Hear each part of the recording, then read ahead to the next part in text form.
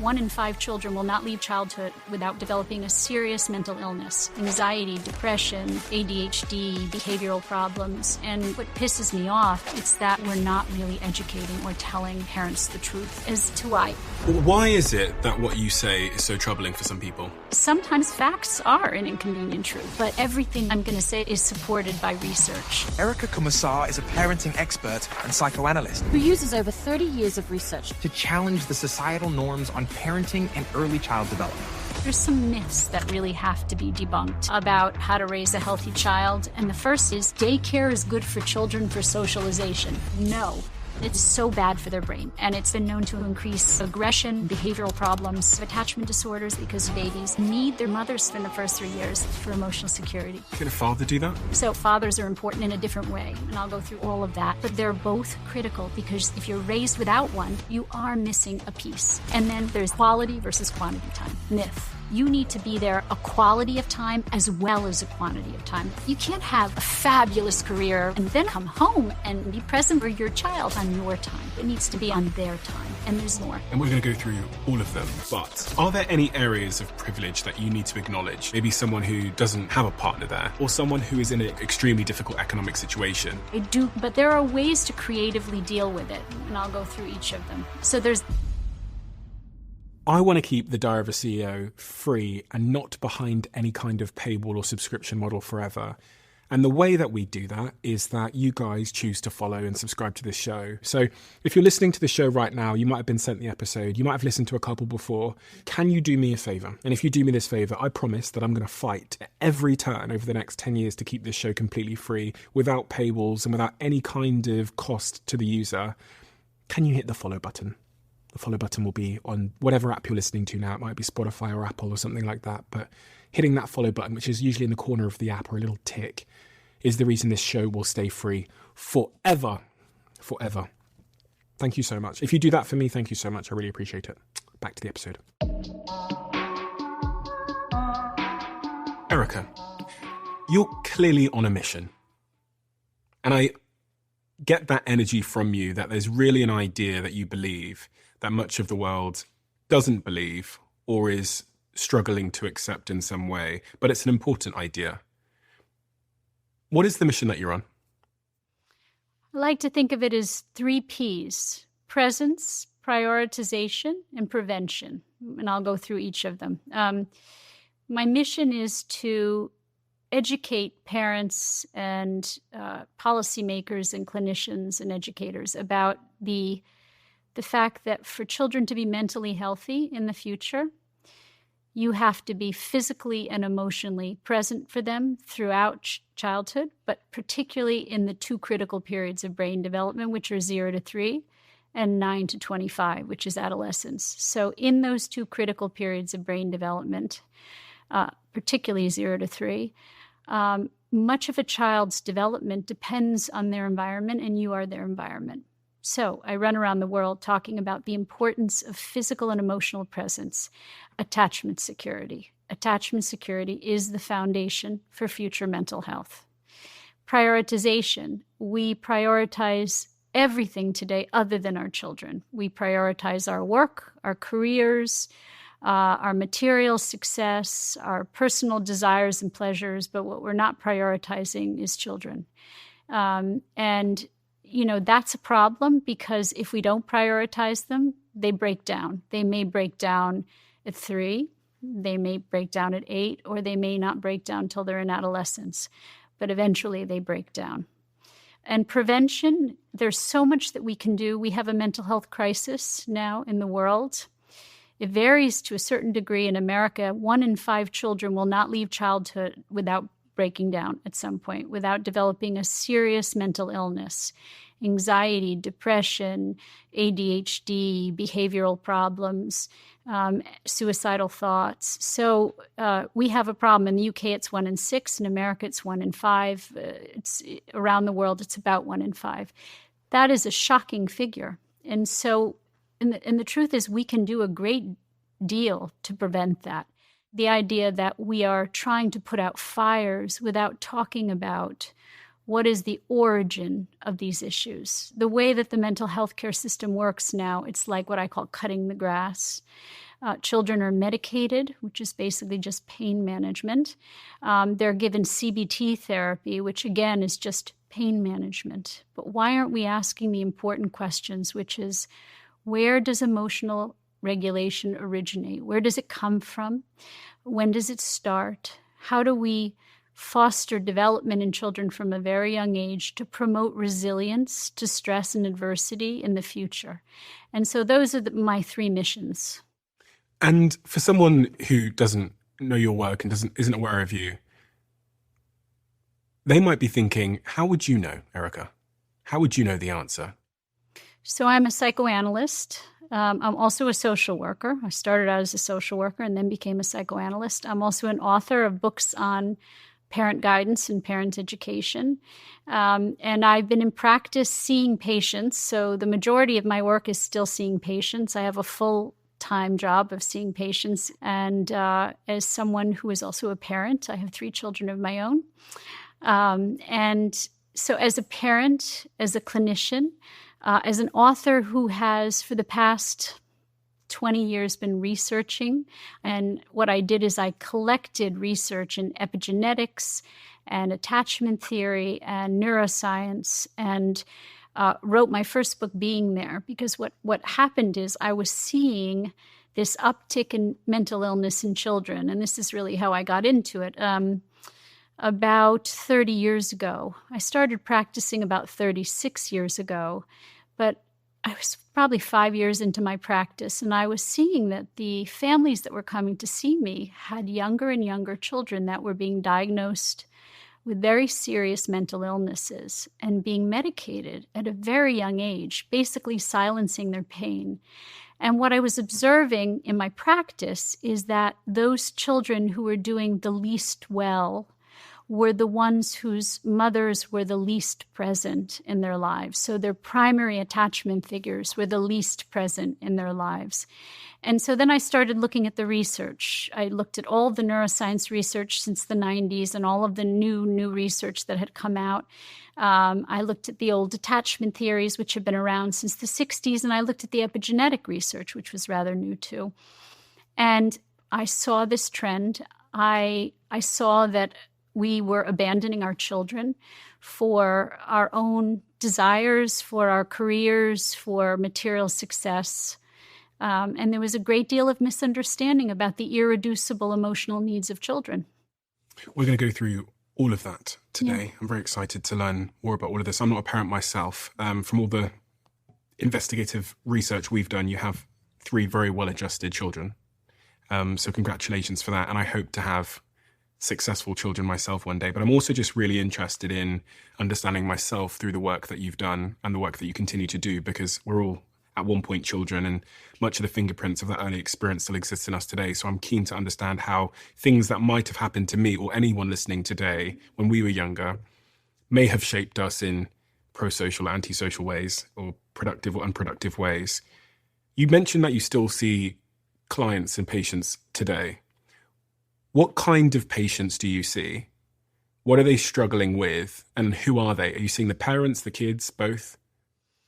Well, I have a very large parent guidance practice because of the books that I write and the articles I write. I also write for the Wall Street Journal and other newspapers. So people find me through my writing, and then they reach out for help. And so I have the parent guidance basically means people come to see me, either both parents or one parent, because they have questions about their child's development or something's going wrong. Their child's starting to develop symptoms, and they don't want to medicate them, and they want to understand what's really at the root cause of the issue. And so that's a good portion of my practice, but I also see individual patients for depression and anxiety, and I see couples. And, the joke about psychoanalysts is we're all specialists in depression and anxiety. Mm-hmm. But so I see individuals and couples, but a lot of parent guidance work. And they come to you typically because they're noticing something is not right with their child. Sometimes they'll come preventatively because they want to raise a healthy child, and there's so much white noise in society. There's so much of misinformation. Our instincts are to lean into our children. Our evolutionary drive is to create a feeling of safety and security for our children, and to be as present as possible, and to soothe them when they're in distress, and to be there to teach them our values. But society took a turn. It took a turn in I suppose you could say, going back to the Industrial Revolution. If I really want to go back, I'll say the Industrial Revolution was a time when women were forced into the workplace, into factories and cities. They were separated from children for the first time. But really the turn that society took that I think has a lot to do with what's happening today is the Me movement of the 60s and also the feminist movement. Both of those movements, which had a tremendously positive impact on society in one way, also had a tremendously negative impact on society. When women decided that it was cool to go to work and to work full-time out of the home, everybody cheered and said, great, women have the same rights as men, and now everybody can be in the workforce and be independent and make money and do their own thing. Me, me, me, me, me. The problem is that children were dropped. They were abandoned.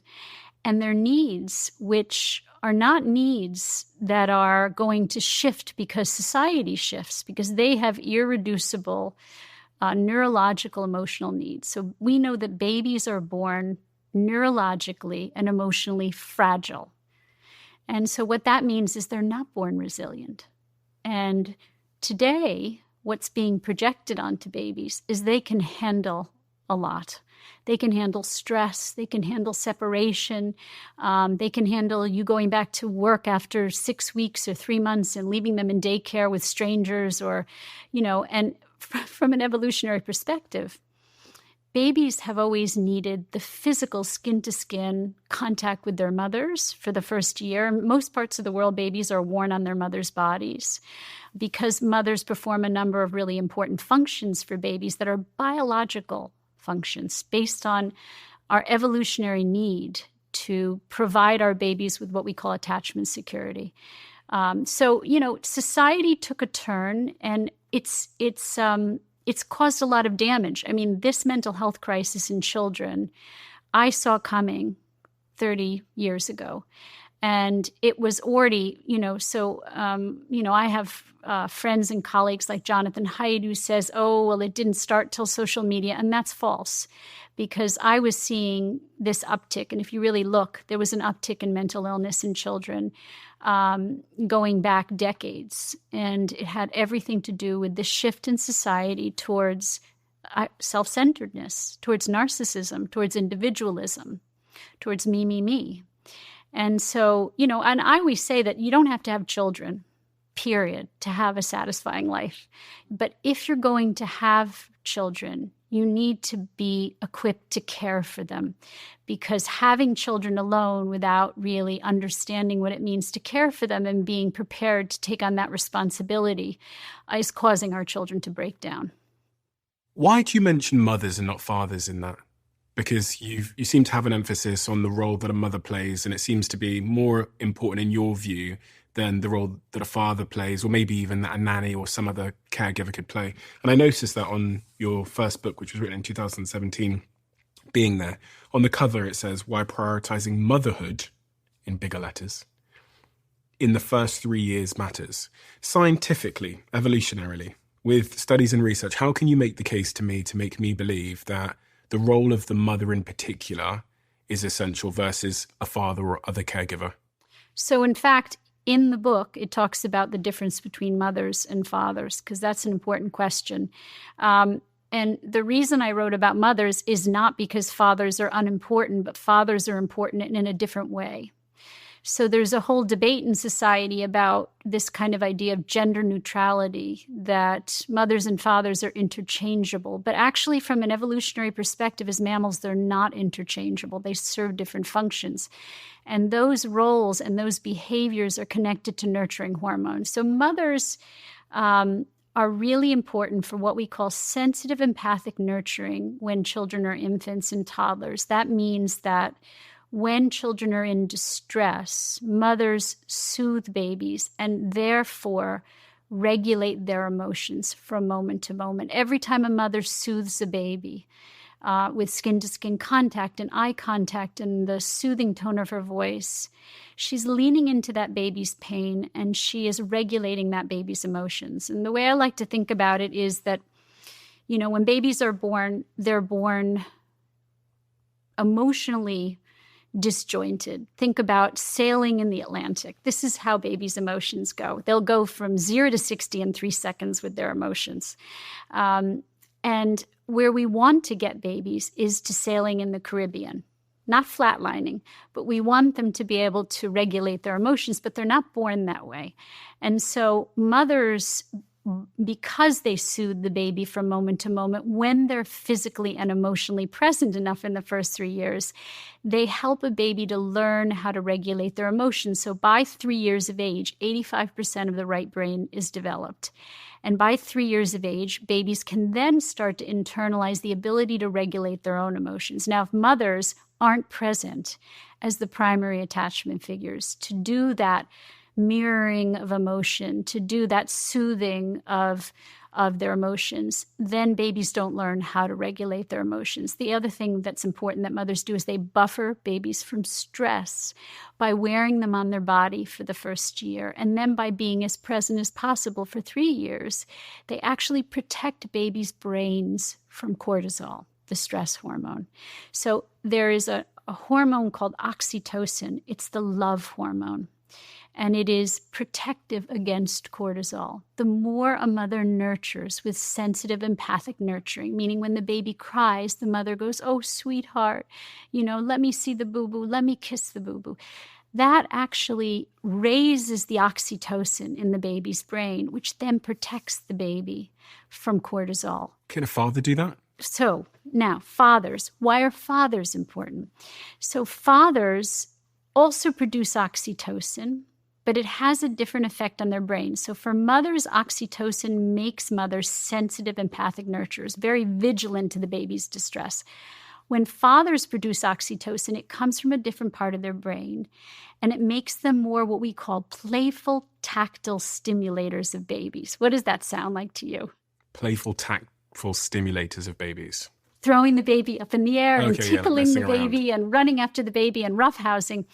And so that's important for a variety of reasons. First, it encourages things like exploration and risk-taking. It encourages separation. And fathers do this really important thing, which is they help the baby to learn to regulate certain emotions. So mothers help to regulate sadness, fear, distress. Fathers help to regulate excitement and aggression. So when fathers aren't in the house, when there are single mothers raising children without a father, often little boys develop behavioral problems, is what we're seeing, that they can't regulate their aggression because fathers help little boys in particular, but little girls too, to regulate aggression. So when fathers aren't around, you'll often see little boys who are more impulsive, who are more aggressive.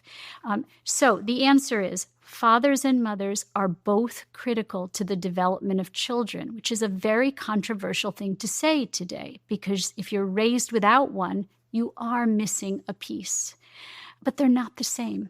And they're not the same because our hormones dictate they're not the same. So fathers produce a hormone in great quantities called vasopressin. Vasopressin is the protective aggressive hormone. And what does it do? It helps fathers to protect their family. There was a study that was done where mothers and fathers lay in bed and the baby cries. It was out of the UK, this study. The baby cries and the fathers sleep through the baby's distress cries, but the mothers wake up right away. Okay. But with the rustling of leaves outside the window, the mothers sleep through it and the fathers wake up right away because the fathers are attuned to predatorial threat. So our nurturing hormones make us different. I mean, the fact that we can say that there are many things that are similar between women and men, of course, we're both intelligent, we can both be ambitious. But I think the idea that we want to kind of make everything the same when it's just not factual. It is the inconvenient truth that mothers and fathers nurturing hormones dictate that if they are healthy and they've been raised in a healthy environment, they are different. Now, does that mean that a father can't raise a child and be a sensitive, empathic nurturer? It doesn't mean he can't take on that role. But if, as a society, we can't acknowledge the differences, then a father can't learn to be a sensitive, empathic nurturer, meaning these are instinctual behaviors. And so that infant, if that father is going to stay home with that baby, acknowledging the differences allows that father then to become a sensitive, empathic nurturer. So interesting, because these aren't the ideas that are socially accepted, or at least the ideas you see on social media. And funnily enough, as you were speaking, I recorded everything you said and I ran it through AI, and AI said the core ideas that you shared are well supported by evolutionary psychology and neuroscience, which is quite surprising because usually AI argues with people. I mean, so the thing is, none of the books I write are based on opinion. So I'm very skittish about saying anything that isn't backed up with research. So it's everything that I write about and speak about is supported by research. Why is it that what you say is so troubling for some people? You know why, right? Because it makes us confront a set of realities that it's an inconvenient truth, to quote Al Gore. Yeah, it's exactly. an inconvenient truth. Sometimes facts are an inconvenient truth, just like, climate change is an inconvenient truth. This is an inconvenient truth. It inconveniences people. It also makes people feel guilty. So I don't believe that guilt is a bad feeling. I don't believe that guilt is a bad thing. Guilt is a sign that your ego is functioning. It's a sign that the part of your ego called the superego, can identify something that feels right and wrong. So if you look at a baby who's crying, who's your baby, and you feel nothing, that means that there's a part of you that is dead inside. There's a part of you that is unempathic towards your own young. And we would say that doesn't make that person a bad person. It makes that person someone who probably had some early trauma themselves, right? It means that they probably have some kind of attachment disorder where they can't be attuned to their baby's pain, right? So when you are guilty, it means you have internal conflict. It means two parts of you are struggling with each other.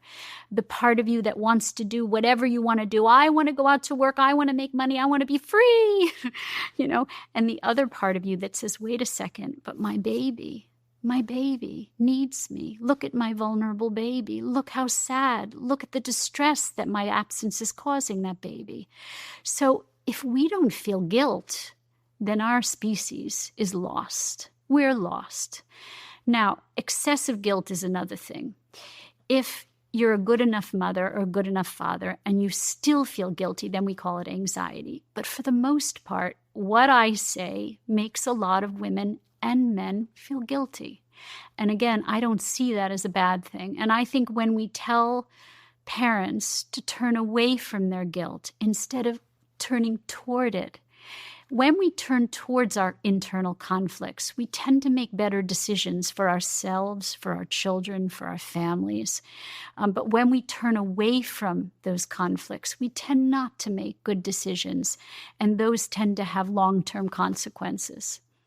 What exactly are you inconveniencing with your truth? What are the ideas that you're... That you have to sacrifice time and money and freedom. That if you want to raise healthy children, it's going to require discomfort and frustration and sacrifice. And what's interesting is that what's also happened is because we're raising our children in such a selfish, self-centered environment, young people are more fragile. They are more emotionally fragile. More of them have attachment disorders. They can't bear frustration. They can't bear pain. They can't bear sleeplessness. The idea that you have to get a baby nurse because you can't get up in the middle of the night with your own baby. And that's become the norm in certain socioeconomic circles. So women and men always raise children in history, in extended family circles, right? They weren't isolated. And today parents are very isolated. So you would have your mother staying with you, or you'd have your sister staying with you, or you'd live in a big house and there'd be people to support you.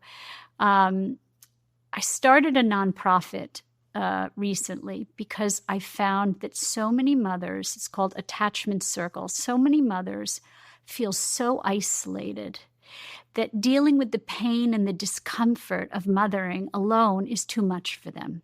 So there is that. So we live in a very strange society where people are separate from one another in their own houses and apartments, and they don't depend on one another because dependency is a bad word. But there is also this issue of how are we producing such fragile youth that even the discomfort and the frustration of raising children is too much for them. There's a big economic component to this as well, right? Because if you're raising children in isolation, the probability that you have disposable income, or at least enough money to be able to just stay at home and raise the kids and still maintain any quality standard of life, is lower if you're not doing it with a big extended family that can support and pay for some of those costs. Interestingly, yes and no to your question. People who have less economic resources are in general less isolated, but they are also isolated today. You have a lot of single mothers raising children, not in an apartment with other family members who've had to move to other cities or countries to make a living, who are really isolated. I think it crosses socioeconomic lines, but with wealthier people, more affluent people, they're opting for isolation, many of them. They're buying big houses, they're living in the suburbs, or they're not wanting to lean on anyone, right? So we have what I call a family diaspora. It's really what it is, which is that people will move away from their families of origin when they have children, which is very bizarre and anti-instinctual. So the world's become a global place and we can move wherever we want. But doesn't it make common sense? Isn't it a reasonable clause that you would want to move closer to your extended family, even if they're a pain in the neck, unless they're abusive, because it provides you with support. It provides you with extended family support, but that's not what's happening.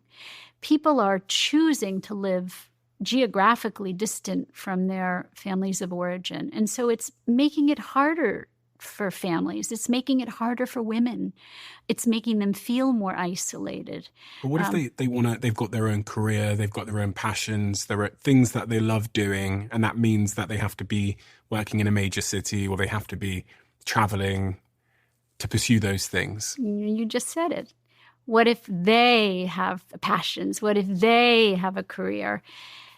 The problem is children do best in extended family situations. So, you can have a fabulous career and move far away from your family. And when you're young and single, and I even call it single when you're married but don't have children, you're still really single. Mm-hmm. What I say to parents is that your life won't be so fabulous if you have children and you're not present for them physically and emotionally, particularly in the early years, because what happens is they break down. And the expression goes that a parent is only as happy as their least happy child. And so there is no fabulous life if your children are breaking down. And that's what families are learning, is that, all of that freedom and all that fabulous me time comes at a cost if you have children. So one would say then, well, I just won't have children then. And that would be fine. And so there are a lot of people that are saying today, I don't see the value in being responsible for another human being. And what they're missing out on is the deep and rewarding emotional connection to your children. It's a love like no other love. But if you've had trauma as a child, if you've had parents who were narcissistic or resented parenting or, were distracted or mentally ill, you may already have had that trauma that implies that later it's harder to connect, right? So those attachment disorders that I was referring to earlier. There's 3 kinds of attachment disorders. There's the avoidant attachment disorder. So what does that mean? So a healthy attachment looks like this. When you return home, your child feels so securely attached to you, meaning you've gone out for an hour or 2 for dinner with your spouse. You come home and your baby is happy to see you, and the reunion, what we call the reunion, is a beautiful reunion. The baby is joyful and happy, and that's healthy attachment. It means that you've made your baby feel so safe and secure because you are there primarily and have prioritized them the majority of the time as the primary attachment figure, that when you come home, your baby welcomes it. But what we're seeing is more and more children developing attachment disorders because their parents are pushing the limits of how much they can leave those babies and putting them in things like institutional care and leaving them for long hours at a time and traveling for their fabulous careers and their fabulous lives at ages when babies really can't tolerate that kind of separation.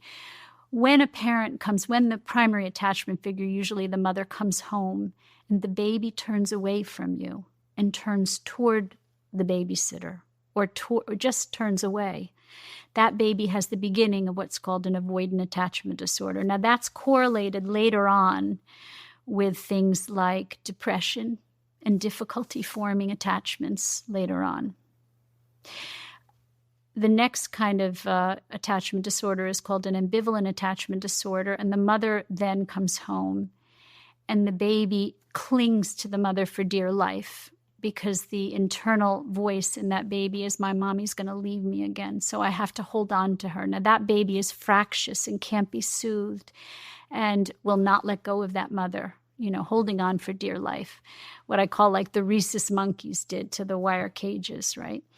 And that's correlated later on with anxiety in youth. The disorganized attachment disorder is different than the other 2 in that the other 2 have a strategy. So think of an attachment disorder as a strategy. A child who's left for too many hours by their parent, or whose parent is physically present but emotionally checked out, that baby has to cope, has to have a strategy. Turning away from the mother is a strategy. And the internal narrative is, my mommy isn't present for me, isn't here for me, won't be there for me, I can't trust my environment. And that baby says, and I'm going to have to cope on my own, what we call learned helplessness. The ambivalent attachment disorder, that baby is, the strategy is, I'm going to hold on, because if I don't hold on, she's going to leave again. Disorganized attachment disorder is the hardest to treat because the baby has no strategy. So the baby cycles through many strategies. The baby will go from clinging to avoiding to being enraged and even slapping or hitting the mother, and then cycling through again. And that baby that develops a disorganized attachment disorder, those babies, it's correlated later with borderline personality disorder. And we're seeing a huge rise in borderline personality disorders. And those are the kids who are cutting themselves, who are trying to commit suicide. We have a mental illness crisis, the likes of which we've never seen in history. And it has everything to do with how we're raising our children. You seem pissed off under that calm demeanor. Pissed off? Yes, I suppose I am. I'm not pissed off at the people. I'm pissed off at a society that is lying or not really educating or telling parents the truth. So there's 4 attachment disorders: avoidant, secure, ambivalent, disorganized. Well, one, secure isn't a disorder. So there's secure, and then there's 3 attachment disorders. Yeah. Avoidant, ambivalent, disorganized. Yes. How does that manifest when you're an adult? So how would I know? Because I can relate to some of these, and I'm wondering how that would then manifest in my relationships or my life as an adult, outside of the obvious mental health, situations. So an avoidant attachment disorder would be someone who can't form meaningful and deep connections, can't commit, has difficulty committing, has difficulty trusting in the intimacy and the the depth of intimacy in a relationship. An ambivalent attachment disorder would be someone who's highly, highly anxious, someone who clings to you, calls you, maybe a woman you've dated in the past who called you 5 times a day to check on you and was worried that you'd be the little fish that swam away, and suffocate. They suffocate the people they love because they're afraid to let go. Disorganized attachment, borderline personality disorders, they tend to be very emotionally volatile. There's a lot of anger there, and there's a lot of self-harming behavior there. Do they end up attracting a certain attachment style? So if I'm an avoidant, do I then end up attracting avoidance, or is there any research on that, on how we then date?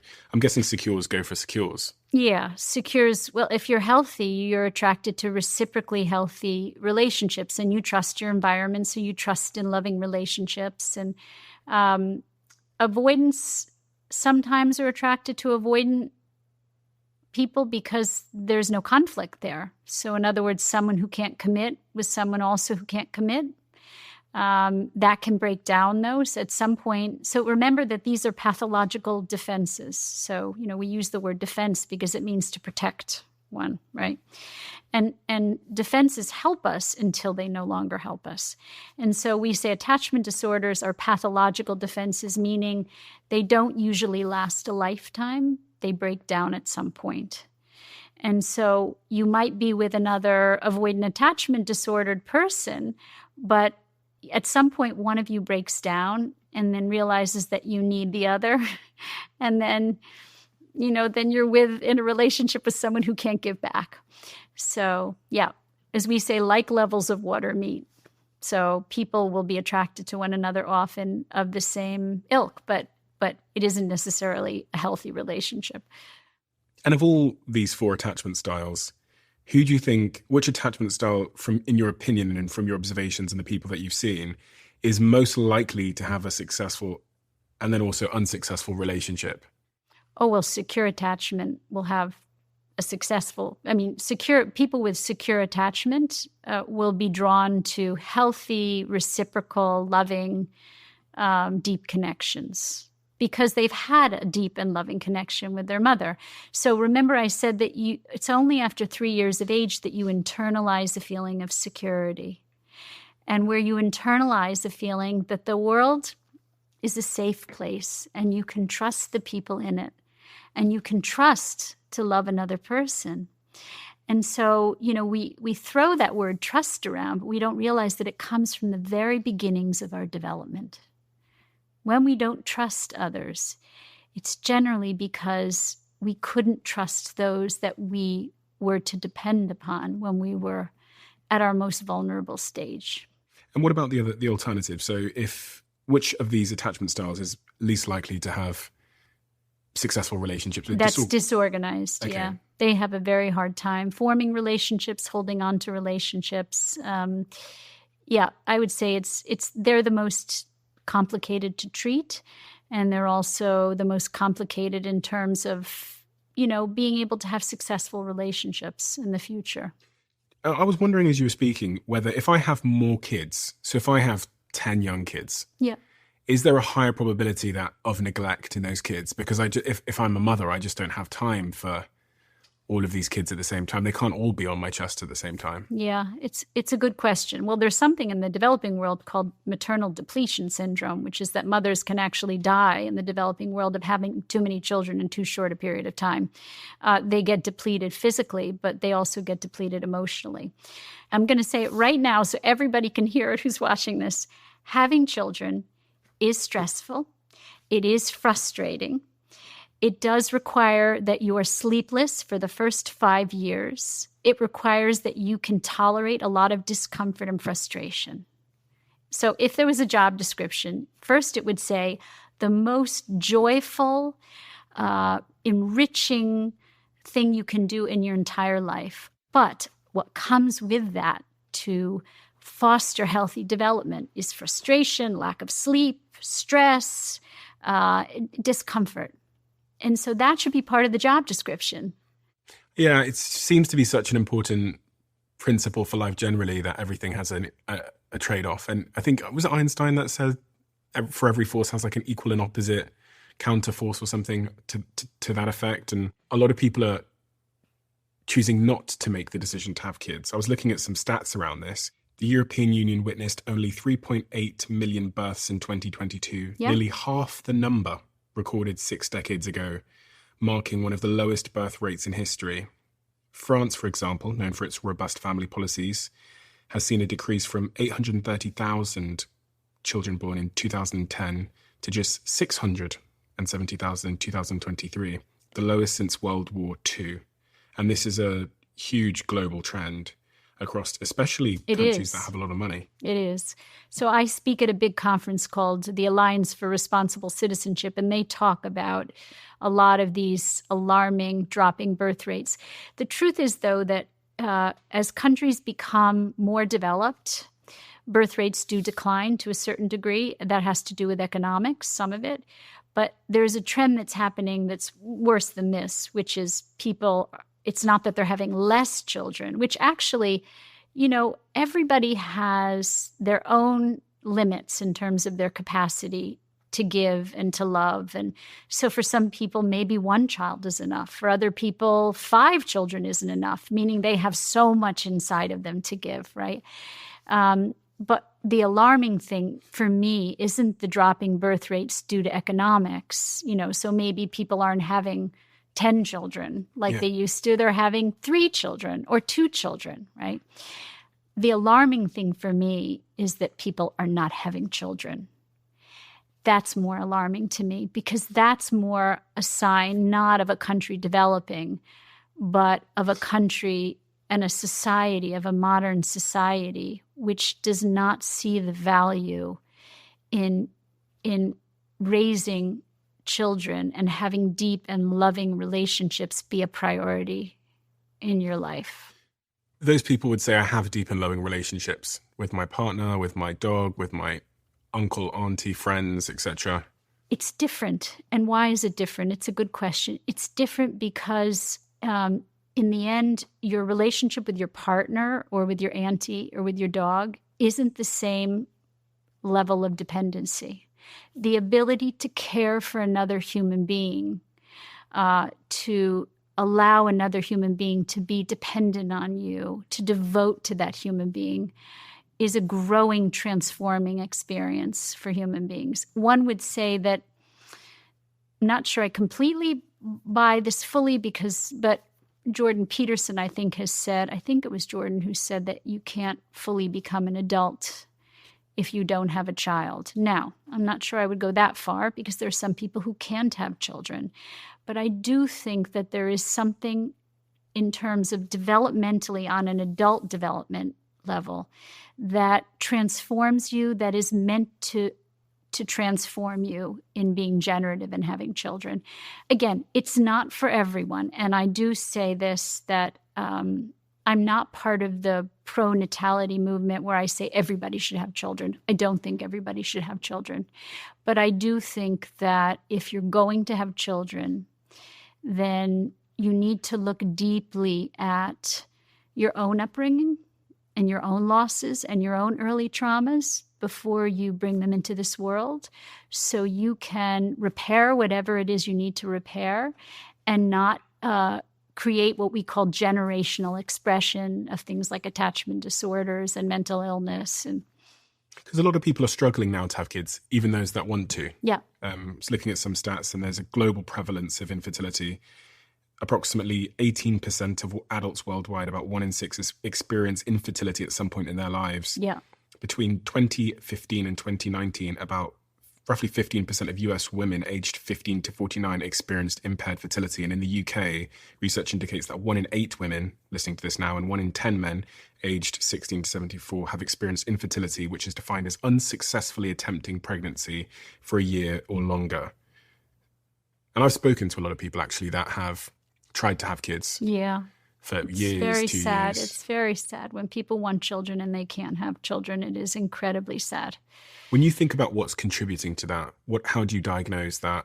infertility challenge? There are a lot of theories. Some are environmental. Some are the fact that we're delaying having children. We're lying to women and to men. We're telling them, freeze your eggs. In fact, this is a little disturbing. I'll tell you about this, that law firms now are paying for the freezing of their young female associates' eggs.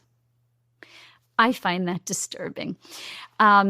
Saying, freeze your eggs, work really hard for us. Yeah, you can have children later. And the truth is, a lot of them can't, because when you freeze eggs, it's not a guarantee of fertility. It's not a guarantee that those eggs will turn into embryos. It's not a guarantee that those embryos will turn into babies. So there's the age piece. There is also, and there's the environmental piece. There is also the stress piece, which we are not talking about. There's a component to getting pregnant that is about stress. We have more stress on both men and women. You know, it used to be that men died sooner because they had more stress. But now I think it's evened out the odds. I think women may die sooner because they have the stress of working and raising children for the most part. But the point is that the stress that young adults face because they're trying to, we should talk about some of the other myths. What's another myth? We'll weave it through this talk. Another myth is you can do everything all at the same time and do it well. Myth. That's a big myth. You can't. You can't have a fabulous career, working full-time and traveling and being fabulous, and raise healthy children. The good news is life is long. You may live till 120 like Moses. And I think of your generation, you're younger than me, but I think you probably will live well over 100. And so what that means is you have many, many, many, many, many, many years to have a fabulous career when your children don't need you so much. But you have a very small window to create that emotional security for your children that will be the core of them. We talk a lot about your physical core and core training. This is your emotional core. This is the emotional core of human beings, attachment, security, and a feeling of safety that you can rely on the people who you need most in the world to be there when you need them. That is your emotional core. How did you manage? You're a mother of 3. You've raised 3 very wonderful, well-adjusted children, Yep. but you're also successful. Yep. You have books, you're traveling around the world, you said. So I'm a good example.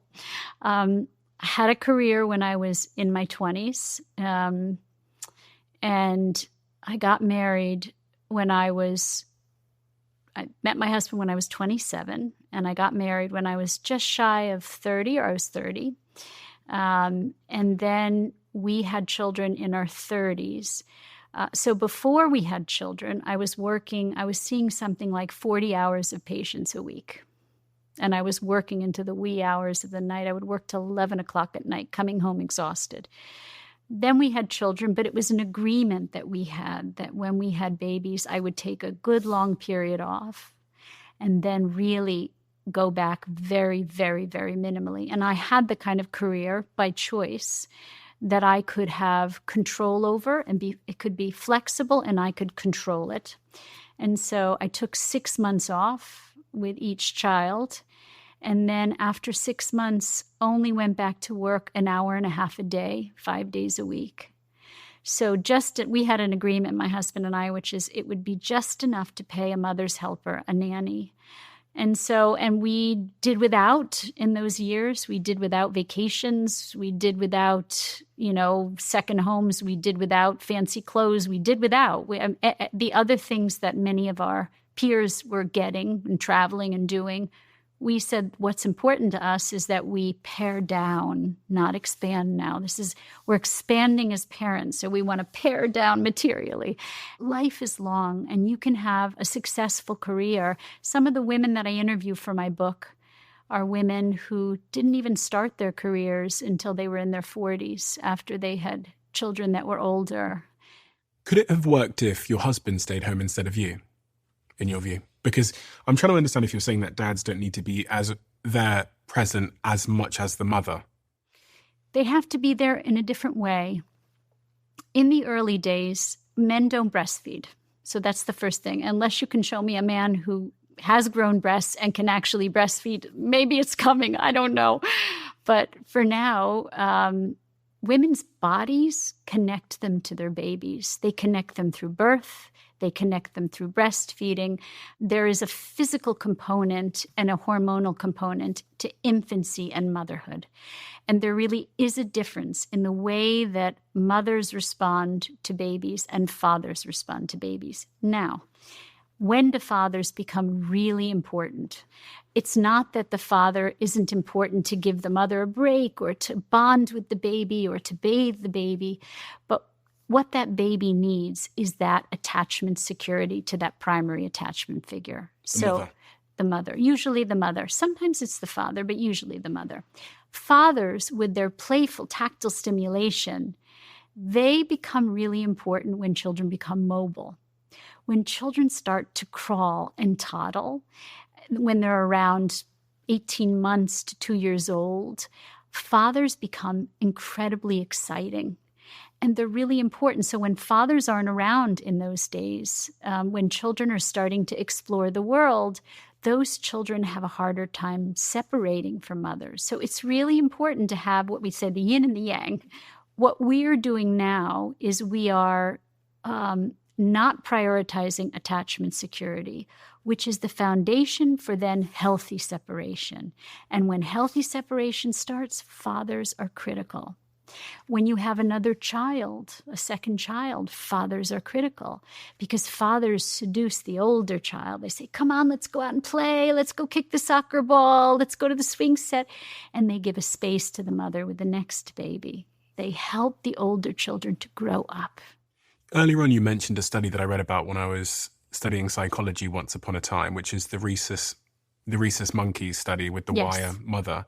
For anybody that's never heard about that study, I think it's quite important to understand the profound impact that touch and Well, that was an attachment study. yeah. What was it? What's touch called in the science world? Skin to skin. Skin to skin. Can you give me an overview of that study and what it showed for people that aren't aware of it?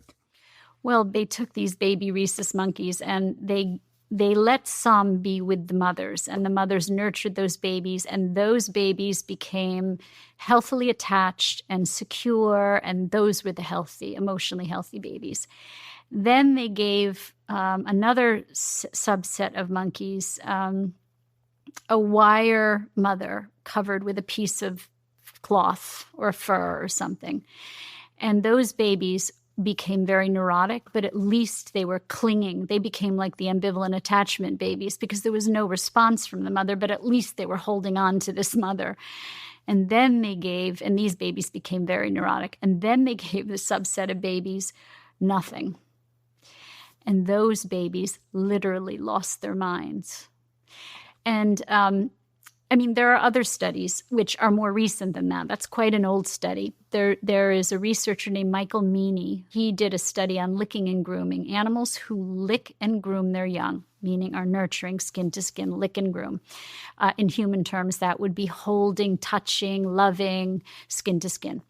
Those, if a mother licked and groomed her young, that baby would become more resilient to stress in the future. The babies who were not licked and groomed by their mothers became less resilient to stress in the future. In addition, the babies who were more resilient to stress because their mothers had licked and groomed them passed down generationally the ability to lick and groom the next generation. What happened to the babies who weren't licked and groomed? Guess what happened? They didn't pass it down. Right. And that's what's happening to humans today. If we don't lick and groom our babies, take it for whatever. Mm-hmm. If we don't lick and groom our babies, we don't pass on resilience to stress and adversity, but we also don't pass on the desire to lick and groom to have babies. Your story, going back to your story, which we were talking about, are there any areas of privilege that you need to acknowledge that someone else listening to this now goes, yeah, but that's all right for you? Because, maybe someone who didn't have a partner there, or someone who is in a difficult economic situation, extremely difficult economic situation, living in the projects in Harlem or something. I'm saying this because...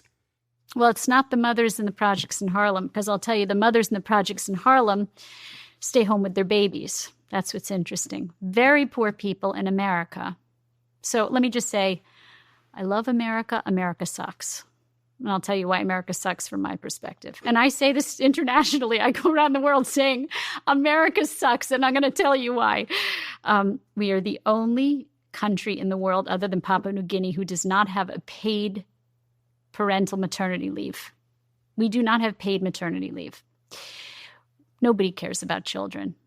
They care about the GDP and the bottom line. And the people who are out there talking about this stuff are economists saying women have to work for the economy. Nobody cares about children. Because if we cared about children, our tax money would be in paid leave, not for 3 months, not for 6 months, for at least a year. In Hungary, they have 3 years. Slovenia, Slovakia, Estonia has 3 years. Hungary, I think, has 2 years of paid leave. Sweden, I have some issues with Sweden, but Sweden has 14 months. Sweden, after 14 months, makes women go back to work full time and put them in institutional care, and all those babies are breaking down. So 14 months isn't even enough.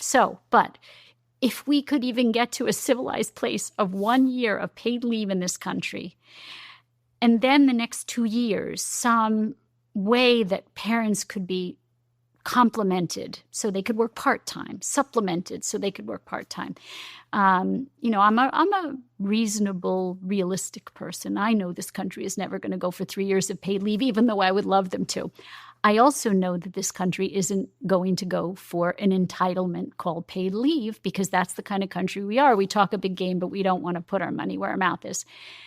There is the possibility, now that the Republicans are in, of a creative solution, which is potentially using things like Social Security in advance, borrowing from your Social Security. So I'm a mom, and I say, to stay home, I can borrow from my Social Security for a year and then work a year or two longer in my life. Wouldn't you say that most women who wanted to stay home with their babies would say, I'll work longer so I can stay home with my baby? There are ways to creatively deal with it. From my perspective, this is what's going on. People on the left will not compromise. They'll only do an entitlement called paid leave, but they only are asking for it for 3 to 6 months. After that, they want women back in the workforce and institutional daycare. So I'm not on the left. People on the right talk a lot about family. They're the party of the family now. But they do not want tax dollars to go into paid leave. They don't like the entitlements that already exist, and they don't want to add any more. And so the only way they're going to give it to women and men is if they put skin in the game. Mm-hmm. This is the country we live in. Again, I'm a realist. I think in any way that we can give families the choice to care for their own children, particularly in the early years, we will create a population of healthier children. How do we know that more paid leave equals better children, less strain on the healthcare system in terms of mental health, mortality, whatever it might be? How do you make a statistical or a science or research-backed case that if we had 3 years of paid leave in the United States or in the UK or Australia, Canada, wherever, that it would be a net positive for society outside of it just being an opinion? Well, the research shows, the longitudinal attachment research shows that children who are insecurely attached at 12 months of age, 20 years later, are insecurely, 80% of them are insecurely attached and suffer from mental disorders. That's what the longitudinal attachment research says. So we now have decades of basically children were followed from when they were infants. And the ones who were securely attached 20 years later are still securely attached and doing great. And the ones who were insecurely attached, most still insecurely attached. And it's tied and correlated to all of these mental illness conditions, right? So there's a lot of research to show what attachment security does for children in the long run. So, you're asking a question about, I suppose you could take your paid leave and go play soccer in the park and go play tennis and, I don't know, like play cards with your friend. I mean, how can I say how people are going to use their paid leave? But if your paid leave is being used to be home with your child, then it's going to benefit your child. So many of the guests that I speak to on this podcast, especially those that become incredibly successful, athletes, entrepreneurs, whoever, they often have some form of neglect in their past. Richard Williams, Serena and Venus Williams' father, he was very intense with them from a very young age, and he's raised two of the greatest tennis players in history. Joe Jackson was strict and often controversial with Michael, who went on to become the king of pop. Earl Woods, who was Tiger Woods' father, was very intense in his coaching and mentoring style, which led him to become great. And obviously Beyonce is the other example I gave, who Matthew and Tina, who were parents to Beyonce, managed Destiny's Child and Beyonce's solo career, meticulously shaping them into a global superstar. So parents think, I want to raise kids that are superstars. I want my kids to be great. Okay, so I'm going to say right now, I don't recommend that as a professional. Okay. I'm just saying.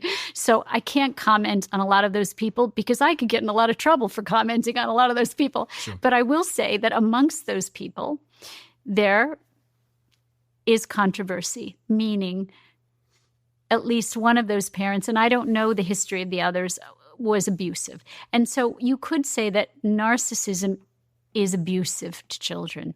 When we project our needs and desires and likes and who we are onto our children, we're not letting them authentically be themselves. The greatest gift you can give your child is to see your child as an authentic individual who is an individual and themselves, and not to see them as a mini-me. When you start architecting their life, there's a good chance you're going to lose that child emotionally at some point. They're either going to hate you. They may be successful in their careers. They may have terrible personal lives. They may be narcissistic parents themselves. So I don't recommend that school of thought. What I do recommend is if your child shows promise in something that they also seem to love and have a drive to be good at, then you can support that drive. Just make sure to keep yourself in check along the way to make sure that they are driving it, not you. ADHD. Yeah, okay. I don't feel like I don't even have to ask a question here, but just to set the stage, the reason why I'm so compelled by this is just this, I have to say it, the shocking rise in diagnosis and prescriptions over the last 10 years. Between 2000 and 2018, ADHD diagnoses in the UK rose approximately 20-fold. Yes. Among boys aged 10 to 16, diagnosis increased from 1% roughly to about 3.5% in 2018. And in men aged 18 to 29, there was a nearly 50-fold increase in ADHD prescriptions during the same period. And the same applies to the United States, where an estimated 15.5 million adults in the US have been diagnosed with ADHD. Approximately 1 in 9 US children have been diagnosed with ADHD at some point, with 10.5% having a current diagnosis. I don't know where ADHD was, but the conversation around it, the prescriptions, the diagnosis seem to have really surged into culture in a really, really big way. What's going on? So ADHD was one of the factors that drove me to write Being There, because I was seeing this huge uptick in ADHD diagnosis and children being medicated so early. Do you know what the fight or flight reaction is? That's when the sympathetic nervous system starts to kick into action and... Yes. So, well, it's basically our evolutionary response to predatory threat. So if a saber-toothed tiger was chasing you, you either stood and fight, or you ran for your life, flight. So when our children are under stress, they go into fight or flight. So one of the first signs that a child is under stress that they cannot manage is when they become aggressive in school. They hit, they bite, they throw chairs, they have trouble, socially in daycare or preschool or even in school. Or they become distracted, which is the flight part of fight or flight. So what's happening is their nervous systems, the stress-regulating part of their brain is getting turned on. So we say that the stress-regulating part of their brain has to do with a little almond-shaped part of the brain called the amygdala. It's a very primitive part of the brain, very old part of the brain. And it regulates stress throughout our lives. It helps us to manage it. What we know is that part of the brain is supposed to remain offline for the first year to 3 years, which is why mothers wear babies on their bodies. It's why babies stay close to their mothers in the first 3 years, to keep the amygdala quiet and only incrementally expose children to stress and frustration that they can manage. So imagine taking small bites of it so you can digest it, right? And your mother's there to help you digest the stress. What we're doing now by separating mothers and babies, by putting babies into daycare with strangers, is by sleep training babies, all these weird things that we're doing to babies, is we're turning the amygdala on. We're making it active precociously, too early. What happens when the amygdala is activated too early is it becomes very active and very large very quickly. The problem is then it shrivels up and burns out also because it cannot manage that kind of stress so early. When it ceases to be functional, it ceases to be functional for a lifetime. And so it's very important to protect, what's the expression? The family jewels. These are the family jewels in the brain of a baby. This is the jewel, the amygdala. You want to keep the stress to an absolute minimum in the first year, which is why sleep training is dangerous. It's why letting babies cry it out. It's why putting babies into daycare. It's why leaving babies for hours on end when they're so very fragile is so bad for their brains because it gets the cortisol flowing, which is the stress hormone, but it makes this part of the brain very active. So it grows, and then and ceases to be functional in the future, like a PTSD response. So what we know is that these children are in hyper-vigilant states of stress. ADHD children. Hyper-vigilant states of stress. If you stay in a hyper-vigilant state of stress long enough, you go into a hypo-vigilant state of stress, which then causes depression. So what we have now are not disorders. So there was a whole movement to take the D off of ADHD because it's not a disorder. It is a stress response. And instead of asking the right questions, which are, okay, what's causing the stress? How do we make sure that our children are not exposed to this kind of stress because they're going into fight or flight? So the nervous system, as you said, the brain has an on switch and an off switch. The on switch to stress is the amygdala. The hippocampus is the off switch. And you'd say the stress response is in a negative feedback loop. It's actually important. Like, in other words, if a saber-toothed tiger is chasing you, very important that you can activate, right? And run or fight. So the stress response is supposed to be short-term. It's supposed to be acute rather than chronic. So we can kind of manifest it. We can activate it. But then it's supposed to be turned off by the turn-off switch, the hippocampus. What we're seeing in children's brains is that the amygdala is growing very precociously large, and the hippocampus, which is the off switch, is very small. So we have this problem. As we say, Houston, we have a problem. We have an on switch going full speed, gas, no brakes, and no off switch. And that's causing ADHD, behavioral problems that are hugely rising in children in school, a lot of aggression and violence. And so that's what's happening. This is a stress response. And again, instead of asking the right questions like, where is this coming from? What's causing the stress? Instead, we silence the children's pain. We tell parents, we'll medicate it and we'll just relieve the symptoms. For me, that's malpractice. The way we treat ADHD is malpractice.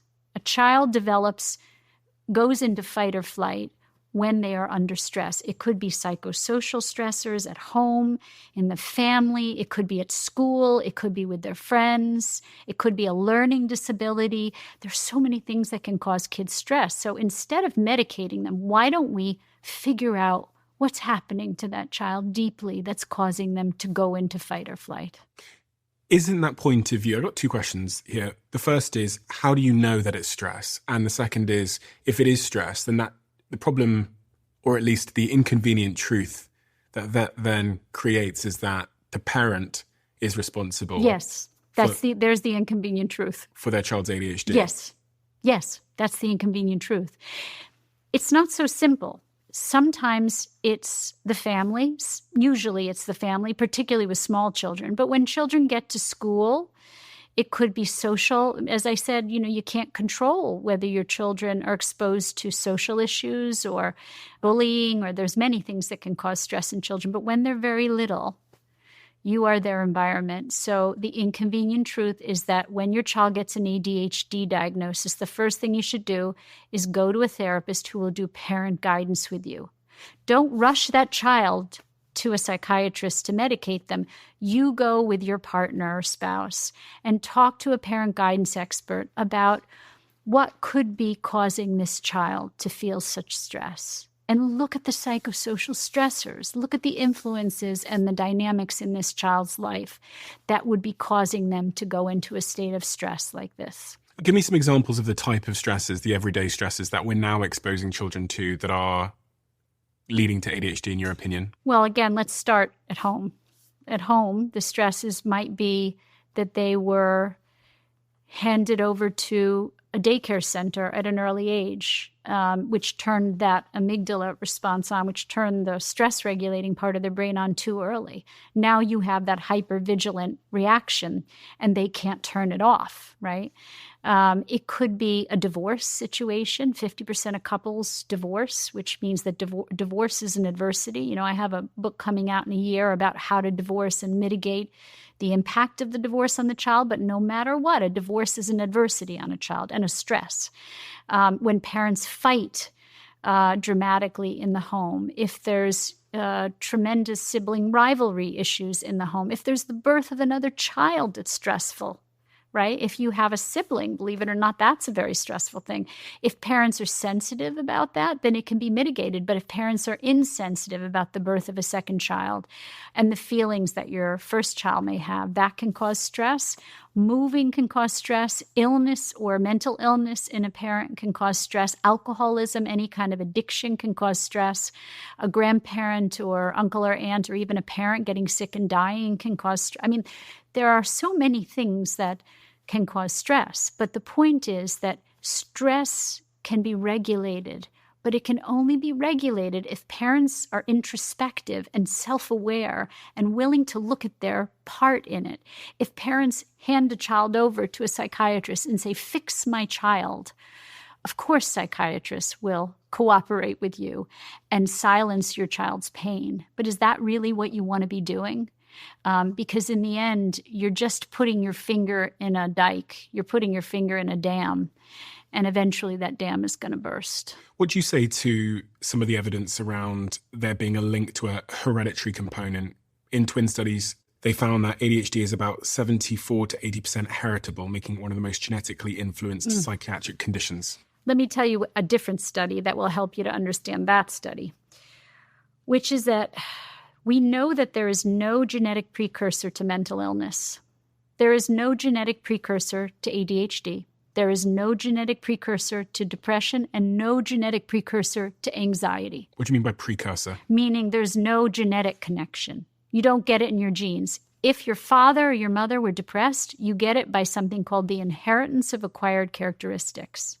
If you're raised by a depressed parent, you're more likely to become depressed.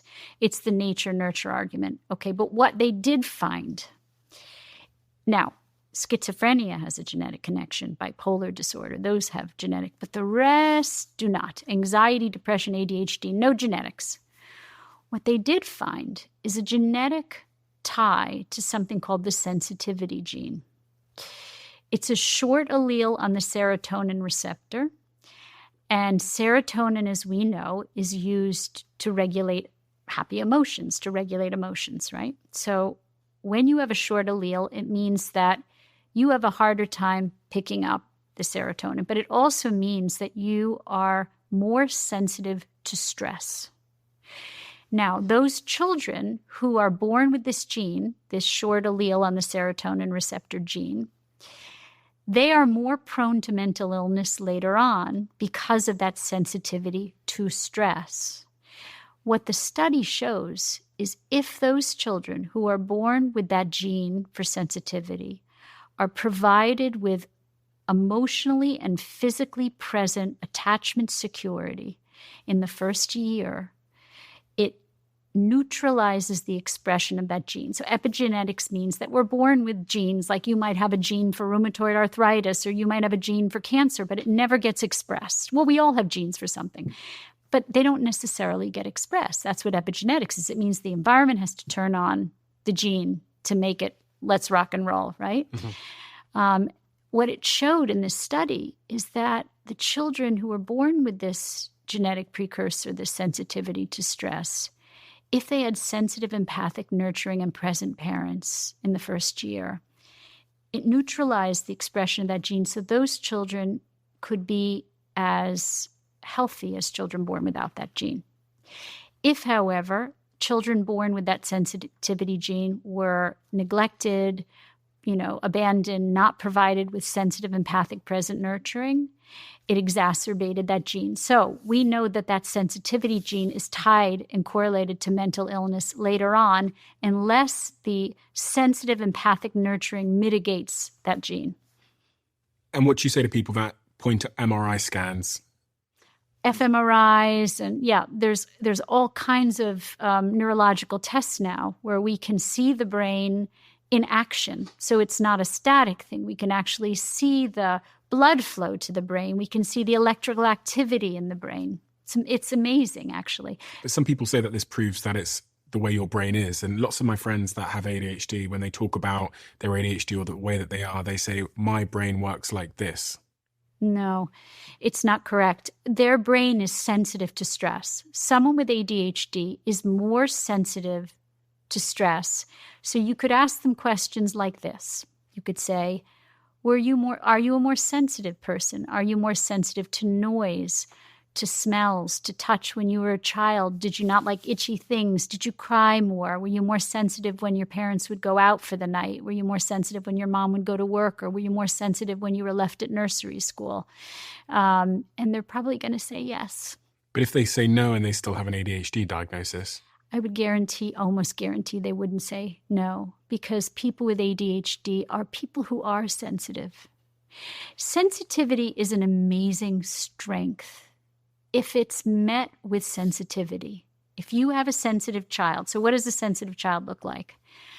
If you have multiple children, then because the first thing I'll do when I give a public talk is I'll say, okay, everybody here, who has a sensitive child? And I describe, okay, sensitive child is a child who cries more, is harder to soothe, is more clingy, doesn't like you leaving them, has a harder time separating, has a harder time going to sleep and being left to sleep on their own, is sensitive to things like noise and smells and touch. And if you grew up in an environment that was stressful, and again, you've identified that stress can come in many forms. It could be arguing parents, it could be a neighbor or whatever, some environmental factor that caused that stress. You were sensitive, you developed ADHD, you become an adult, you get diagnosed at 30 years old as having ADHD. Yeah. You're offered medication, you take the medication makes you much more functional in your career, in your relationships, in your life. It's a stimulant. And so what stimulants do is they can cause great anxiety. They can cause panic attacks in adolescents. They can cause growth issues. So I have patients who come to me, young men who didn't grow because they were put on stimulants when they were young. So in terms of the consequences of using stimulants, the jury is still out, but we know that they cause growth issues, they cause panic attacks, they cause anxiety disorders, they cause depression. They're quite life-saving. They're quite life-saving for some people in terms of having a... They can be. So what I would say is if you have tried everything to uncover what the stress is that's causing you to react this way, and you still are feeling that way, then sometimes medication can be a lifesaver. The problem is that we turn to medication in adolescents and children and young adults. We turn to it as a performance drug. Because there's so much stress in modern life, and there's such a need for people to perform and be successful in their careers and in school and get good grades. There's so much pressure on kids. So, I'm 60, and we didn't have this kind of pressure growing up. And so the generations that follow have so much pressure. That pressure makes children literally go off the rails. We could talk about the academic pressure, the competitiveness, the perfectionism.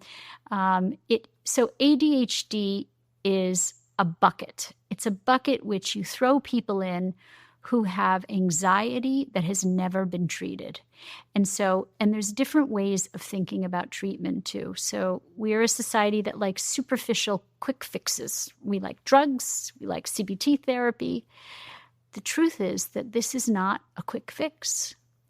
Figuring out relationally, dynamically, what happened to you as a child, what your losses were, what your traumas were, what caused you to feel so anxious, what's caused you to go into fight or flight, is hard work.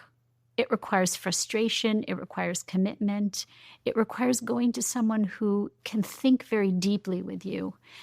I want to define what anxiety is, because I think it's really important. Because we rarely define depression and anxiety. Depression is preoccupation with past losses. Anxiety is preoccupation with future losses that may never occur. What do they have in common? It's all about losses.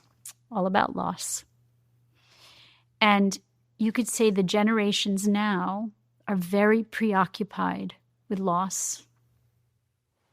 Loss of status, achievement, but because we're also very preoccupied with gain. Well, we're preoccupied with what I say I don't want to judge, but I want to say the unimportant things in life. What are the important things in life?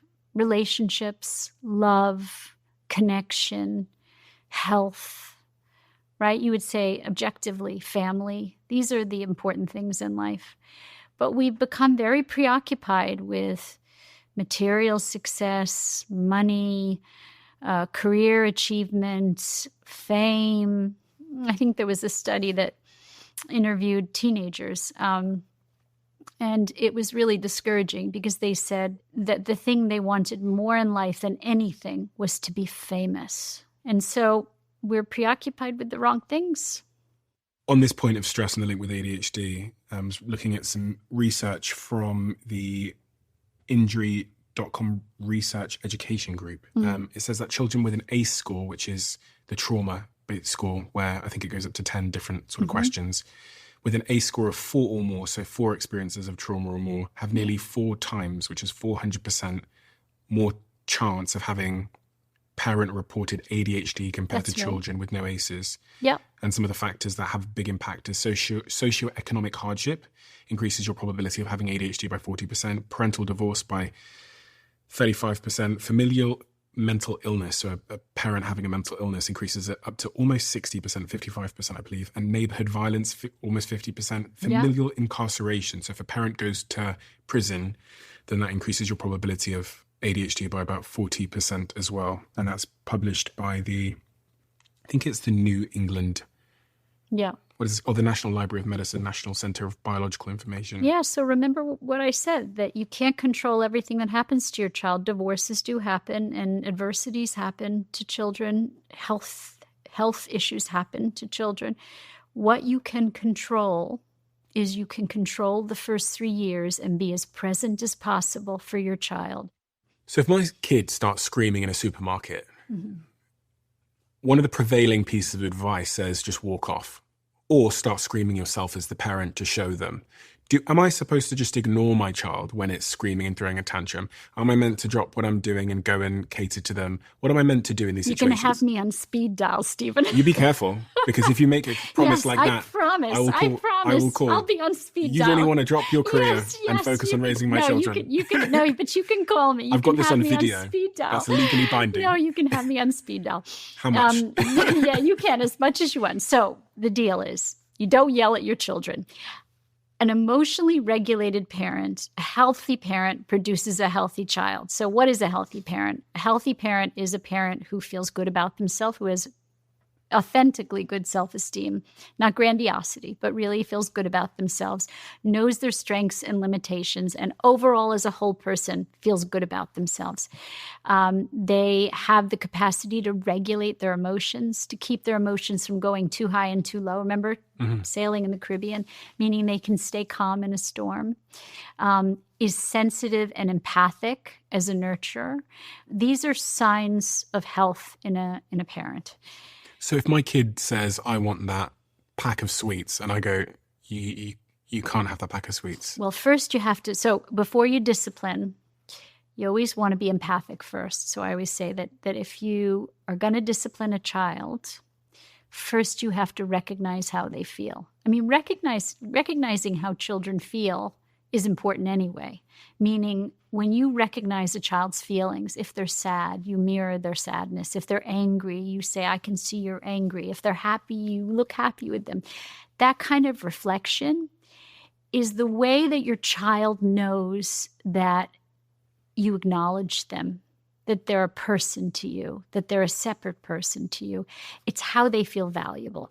So when you acknowledge their feelings, that's the first critical, you'd say, parenting 101. Acknowledge your child's feelings. So I would turn to my child and say, you want sweets? Are you hungry? Yeah, you can say, I can see that you really want that packet of sweets. I can see how hard it is because you really want it, but you know you can't have it before dinner. You know that's the rule.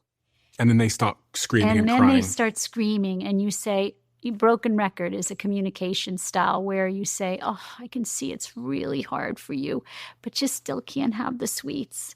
And you stay with them and you keep empathizing and then setting structure, empathizing structure, empathizing structure. The mistake that parents make is that they go right into the no word. They don't use empathy. They don't bring empathy in. And the truth is that even as an adult, if somebody just says no without first recognizing how you feel very unsatisfied, right?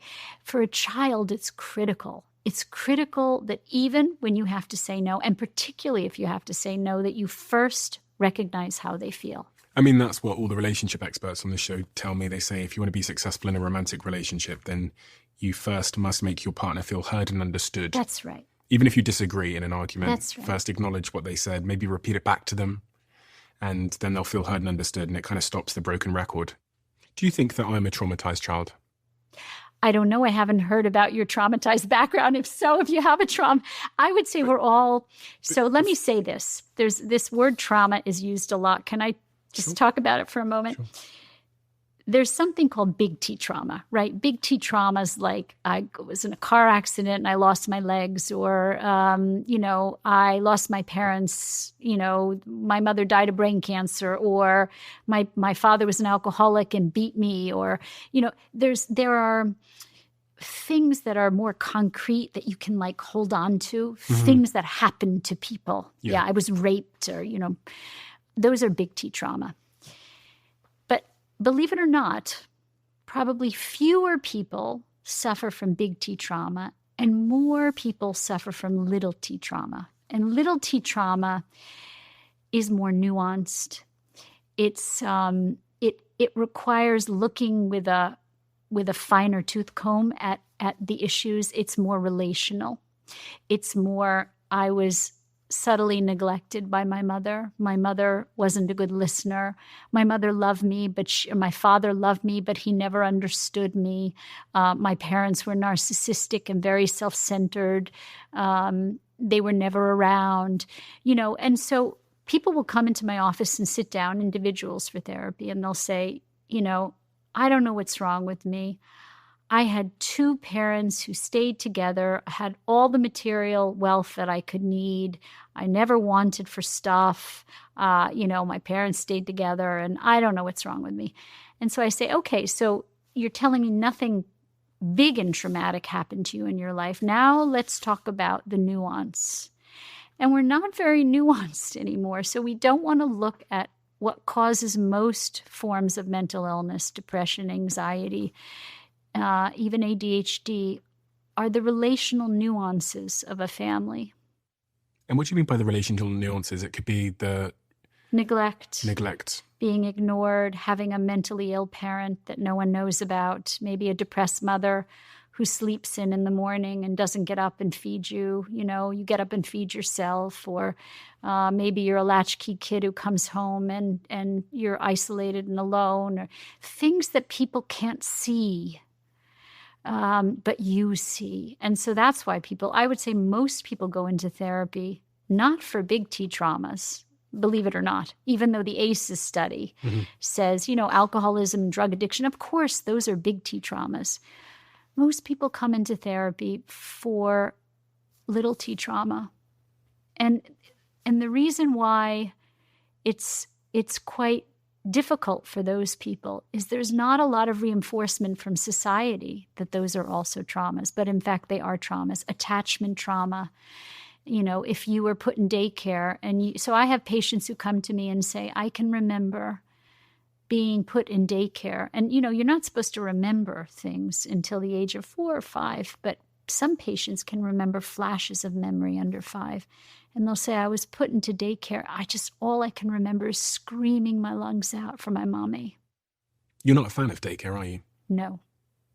What's wrong with daycare? Daycare raises salivary cortisol levels in children, the studies show, meaning those babies are put into stressful states at a very young age when their brains are developing. Daycare has been known to increase aggression and anxiety and behavioral problems in the school years. And those children are more likely to develop attachment disorders. Remember, those first 3 years when children are so very fragile and vulnerable, taking them away from your body as a primary attachment figure and handing them over to strangers and leaving them there for hours on end will cause your child to have to develop pathological defenses. And that's what those children are forced to do. So it is the least good option of childcare. So let's talk about what are the better options of childcare if you have to use childcare. You know how we say breast is best, and it is for a variety of reasons. But the best is your primary attachment figure for the first 3 years, as much as possible. Your primary attachment figure, you mean the mother? No, it can be the father. Okay. It's the go-to person who's a sensitive, empathic nurturer. So when that baby's in distress, that baby gets their emotional needs met. It can be the father. It can be the father, but first the father has to learn how to be a sensitive. It doesn't come naturally to most men.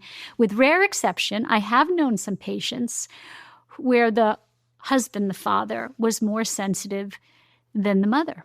It's possible. But in general, instinctually, fathers are not sensitive, empathic nurturers because it's against their evolutionary instinct. Their evolutionary instinct, if you were an animal on the plains of Africa, you're an impala. You're a daddy impala. Mm-hmm. Your baby is born and it comes out running because they're like born and you're all running together. You get behind that baby and you're like, get going, buddy. You better get going or you're going to be lunch for that lion. That's a father's instinct, is to protect. It's protective aggression, right? That's different than the baby impala falls down and the mother comes over and licks the baby and says, are you okay, honey? Can I give you a hug? Can you, mm-hmm. If impala could talk. So it's a different instinct. So fathers can be taught to be primary attachment figures, but this is why I say it's so very important that we recognize the difference between men and women. If we just think they're exactly the same and we throw a father into the mix with an infant and the mother's going out and the father's staying home, if we don't talk about this stuff and talk about it openly and say, when the baby cries, you have to mirror the baby's emotions. You have to do skin to skin. You have to soothe the baby, not encourage resilience, not distract the baby, not use discrepant emotions with the baby. If the baby's crying, don't go, oh, you're okay, you'll be fine. No. So it's really important if the father's going to stay home that he learns how to be a mother. Sometimes gay couples will come to me and I'll say, two gay men will come. I'll say, which one of you is going to be the mother? Now, that may seem politically incorrect, but someone's got to play that role. You cannot have two fathers for a child. A child needs a mother and a father. If you're going to have two men, then one of them has to play that sensitive, empathic role. The other has to play the playful, tactile stimulation role. Same with two women who are raising children. It's better to have a father and a mother than two mothers. So which of you is going to be the dad? Which of you is going to roughhouse and play basketball and roll around on the ground and tickle the baby and encourage exploration and risk-taking? And can't you both do half each? No. And I'll tell you why. It's very confusing to children. When parents say, I'm both mother and father to my child, I say, no, it's very confusing to children. They need to have a mother figure and a father figure. And I say that knowing today's politics and knowing today's social situation. You can have a mother figure who's not a mother. Maybe it's a nanny. Maybe it's a grandmother. You need a mother figure. And you need that mother figure to be around a lot. If that mother figure is the one who provides the sensitive, empathic nurturing. So some of this can be taught, but it can't be taught unless you first acknowledge that there are differences. If we cannot as a society acknowledge the inconvenient truth that men and women are different in terms of their nurturing behaviors, then we can't teach anybody anything. I'm looking at some stats here in front of me on a graph, which I was just reading as you were explaining that, because it seems to be quite relevant. And it shows that in 1960, 1 in 10 mothers were the sole primary breadwinner. Yeah. Now it's almost at half. It's on its way to half. I know. Almost half of mothers are the sole or primary breadwinner in 2016. So, I mean, these mothers can't just quit their jobs. So If it's a good question. I get a lot of people coming to me and saying, and this is very common, I want to quit my job. I want to downscale. I want to work part-time. But my husband won't support it because I made a promise that I would be the primary breadwinner. And now I want to switch and he won't switch, or he doesn't support me giving up my high-paying job. But I feel this transformation of being with my baby and I don't want to leave my baby. The problem with young people is they promise each other, they make promises to each other that they probably should not make. Do not promise your spouse that nothing will change when you have a baby. Say to your spouse, let's prepare for everything to change. Let's believe that anything is possible and let's prepare. Let's strategize. Let's say, what if I want to stay home with the baby? What if I may not feel like that now, but what if I see this baby and I fall in love with this baby and I want to stay home and I'm the mother and I want to breastfeed and I don't want to go back to work for a while? And so then you say, what would that scenario look like? What could we do? What could we downscale in terms of our material life and our lifestyle that makes it possible for me to stay home? And I don't think we do that. Instead, women say nothing's going to change and men say nothing's going to change. And then they have babies and they're not prepared for the changes that occur.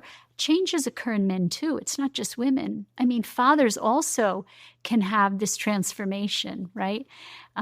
Where they also want to work less, or, sometimes the transformation comes in the form of wanting to work less and being home. Sometimes it comes in the form of wanting to go out and take on the world so they can provide for their family, Yeah. But it does stimulate something. It stimulates some evolutionary response in men and women. The hardest thing I find is when men and women compete. It was much easier in the olden days. Now, not everything was good in the olden days, but you would say the idea that roles were defined meant that men and women didn't compete over their roles. Now, what I think is causing a lot of these divorces and what's causing a lot of marital conflict is that men and women compete over everything. They compete over who's going to make more money. They compete over who's going to care for the baby. And so it's like you're a CEO of a company. You had your own company. So you can't have co-CEOs. I mean, I don't know if you did, but it doesn't work. I mean, anybody that I've ever treated that says we're going to do co-CEOs, it always falls apart. You can have a CEO, you can have a president, you can have the head of marketing, you can have a CFO, you can have a COO. These are different roles. And they don't compete with one another. They work as a team. Parenting is a team sport, not a competitive sport. And so what's happening today, because of all this gender neutrality and I'm as good as you and you're as good as me and we're the same, it means that couples are competing with one another. And that's causing so much tension because what's best is when couples complement each other. When their differences mean that as a team, they work well to care for a child. And I would say the secret to success in a marriage is save your competition for the tennis court, for the basketball court, for running in the park. But don't compete over child rearing, who's going to take care of the children. Don't compete over who makes more money. Find a way to complement each other and be a team. There's so many mothers listening now that are very career-driven. Mm-hmm. And you may be causing some existential crises. You may be reaffirming a lot of what they believe and think and what they feel intuitively.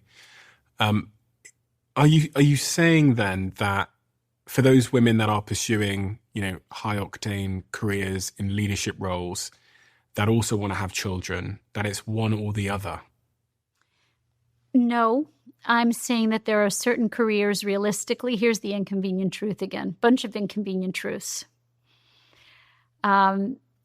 There are certain careers that are harder to be a good mother, period. I'm saying that. I know it's a harsh talk, but there it is.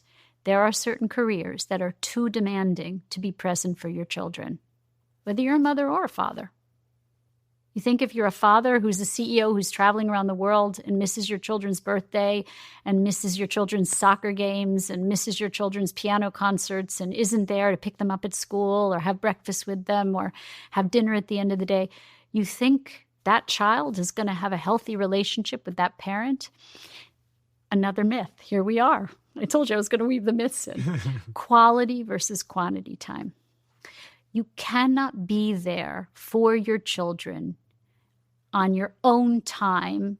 You have to be there on their time. Meaning quality time is a narcissistic fantasy.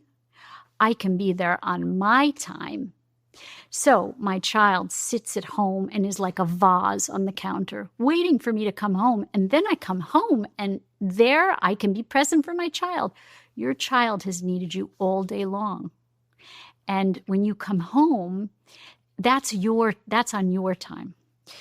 You need to be there a quality of time as well as a quantity of time. I always say to people that you can be physically present but be emotionally checked out, but you can't be emotionally present if you're not physically there enough of the time. And that's just a reality. So what are the careers that are really good for whoever's going to be the primary attachment figure?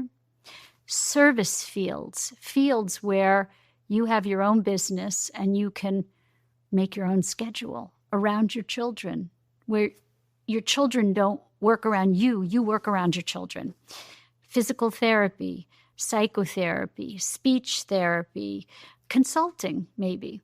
Anything that's entrepreneurial, anything that is a service field. CEO, podcaster, investor, entrepreneur, author. No, I'm going to disagree with you. I'm going to say you can, but you have to be willing to set limits with yourself. So you have to be willing to say, do you know Monet, the painter? Yeah. He was famous in his own life. Now, most painters have to be dead to be famous. And he painted on a very modest schedule. He'd get up in the morning to catch the light, and then he'd be done by like 3 or 4 o'clock in the afternoon. He'd have dinner with his family. We are the architects of our own lives. Kind of.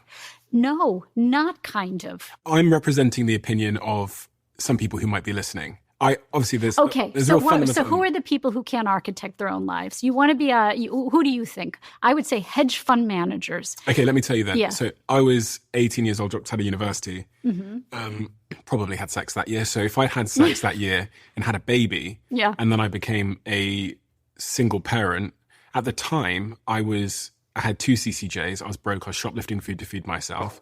I'd printed off the dole forms. I never sent them in, but the forms where you get, like government assistance.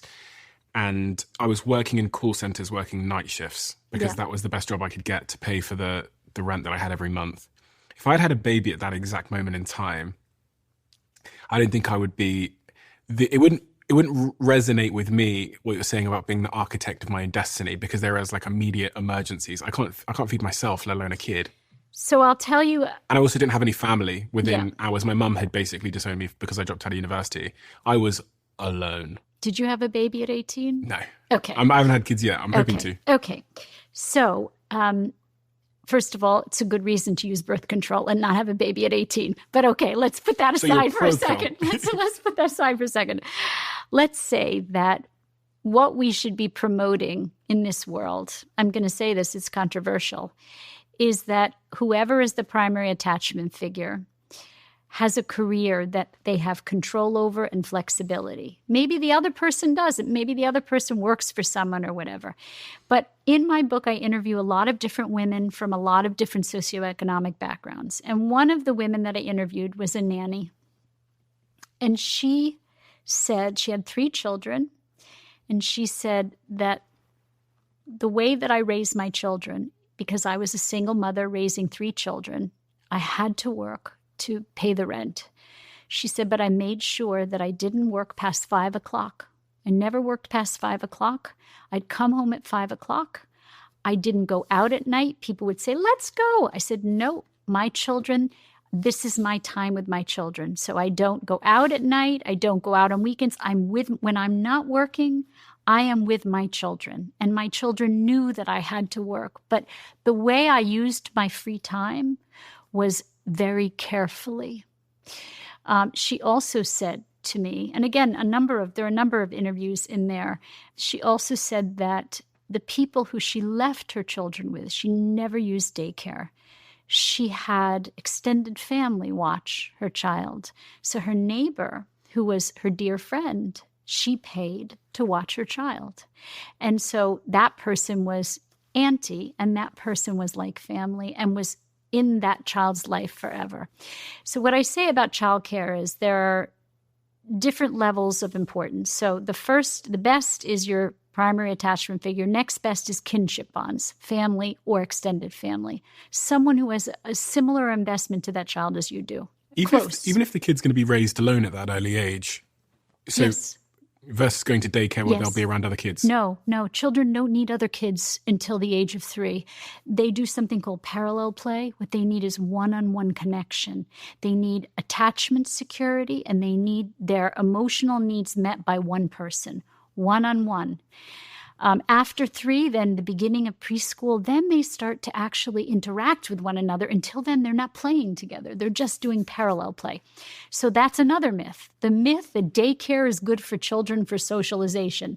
No, children don't need socialization before 3 unless their mother's with them. So what I say is do play dates, do play groups, but be within eye gaze or earshot of a child, meaning there's something called rapprochement, which is emotional refueling. So when children start to explore, when you've given them emotional security and they feel so secure that you're going to be there, then they start to take chances. They start to take risks. They start to toddle off. That's where the word toddler came from. They toddle away, but guess what they do for emotional security? They look back. And they say, she's there, it's okay, and then they keep playing. Or they run back and get a hug, and then they run off again. You are their touchstone of security. And that's how children become courageous. That's how they develop the ability to explore and still feel secure. Your gut and my gut is the home of our digestion, and it's also a gateway to better health. But it can be hard to know what's going on in there. Zoe, who sponsors this podcast, has one of the largest microbiome databases on the planet and one of the world's most advanced at-home gut health tests. Their blood sugar sensor, which I have in this box in front of me, goes on your arm so you can see how different foods impact your blood sugar. Then there's the at-home blood sample, which is really easy and analyzes your body's blood fat. And of course, the famous Blue Zoe cookie, which tests your metabolism. Oh, and I can't forget, there's also a poo sample, which is a critical step in understanding the health of your microbiome. And you post it all to Zoe and you get your results back, which will help you to understand your body's response to different foods. Using your results, Zoe's app will also create a personalized nutrition plan for you. And this is exactly why I invested in the business. So my question to you is, how healthy is your gut? Head to zoe.com to order your kit and find out. And because you're one of our listeners, use code Bartlett10 for 10% off your membership. Head to zoe.com now. As you guys know, Whoop is one of my show sponsors. It's also a company that I have invested in, and it's one that you guys ask me about a lot. The biggest question I get asked is why I use Whoop over other wearable technology options. And there is a bunch of reasons, but I think it really comes down to the most overlooked yet crucial feature. Its non-invasive nature. When everything in life seems to be competing for my attention, I turn to Whoop because it doesn't have a screen. And Will Ahmed, the CEO who came on this podcast, told me the reason that there's no screen, because screens equal distraction. So when I'm in meetings or I'm at the gym, my Whoop doesn't demand my attention. It's there in the background, constantly pulling data and insights from my body that are ready for when I need them. If you've been thinking about joining Whoop, you can head to join.whoop.com/CEO and try Whoop for 30 days, risk-free and zero commitment. That's join.whoop.com/CEO. Let me know how you get on. You keep mentioning 3 years old. Yes. Why 3 years old? And there's kind of like two segments to this question that I was keen to understand. Is there an element of neuroplasticity that makes the age of 3 so important? And the other kind of sub-question I was trying to figure out in my head was, is the damage we do before 3 years old to a child inadvertently at all reversible? Okay. And is it damage? So plasticity, there are certain what we call critical periods of right or social emotional brain development. One is 0 to 3, and it's the most important because what's happening is something called neurogenesis. So it's the growth of cells. And your presence as a parent who provides safety and security, buffers your child from stress, regulates their emotions, is critical to them growing that right brain, because 85% of their right brain is developed by 3. Crazy, right? 85%. And you being there changes the architecture of that brain. That's how important you are. Like, people come up to me in cocktail parties and they'll say to me, I don't have to be there. My baby's just sleeping and pooping and, they don't need me. I'm going to be around when they're talking and walking. I'm like, no. I'm like, you got it wrong. I'm like, you have to be here now, because now is when the cell growth is happening. Every time a baby snuggles and takes the breast and looks at you with their eyes and you sing to them, thousands, millions of synapses are firing. Okay, so think of a garden. By 3 years of age, you're growing a garden. I know, because I just started a garden where I have vegetables and flowers, and it's abundant. It's an abundant, I love my garden. This is an abundant garden of brain tissue, okay? If you do it right, it grows, it overgrows, the flowers, the vegetables, it's growing crazy. Okay.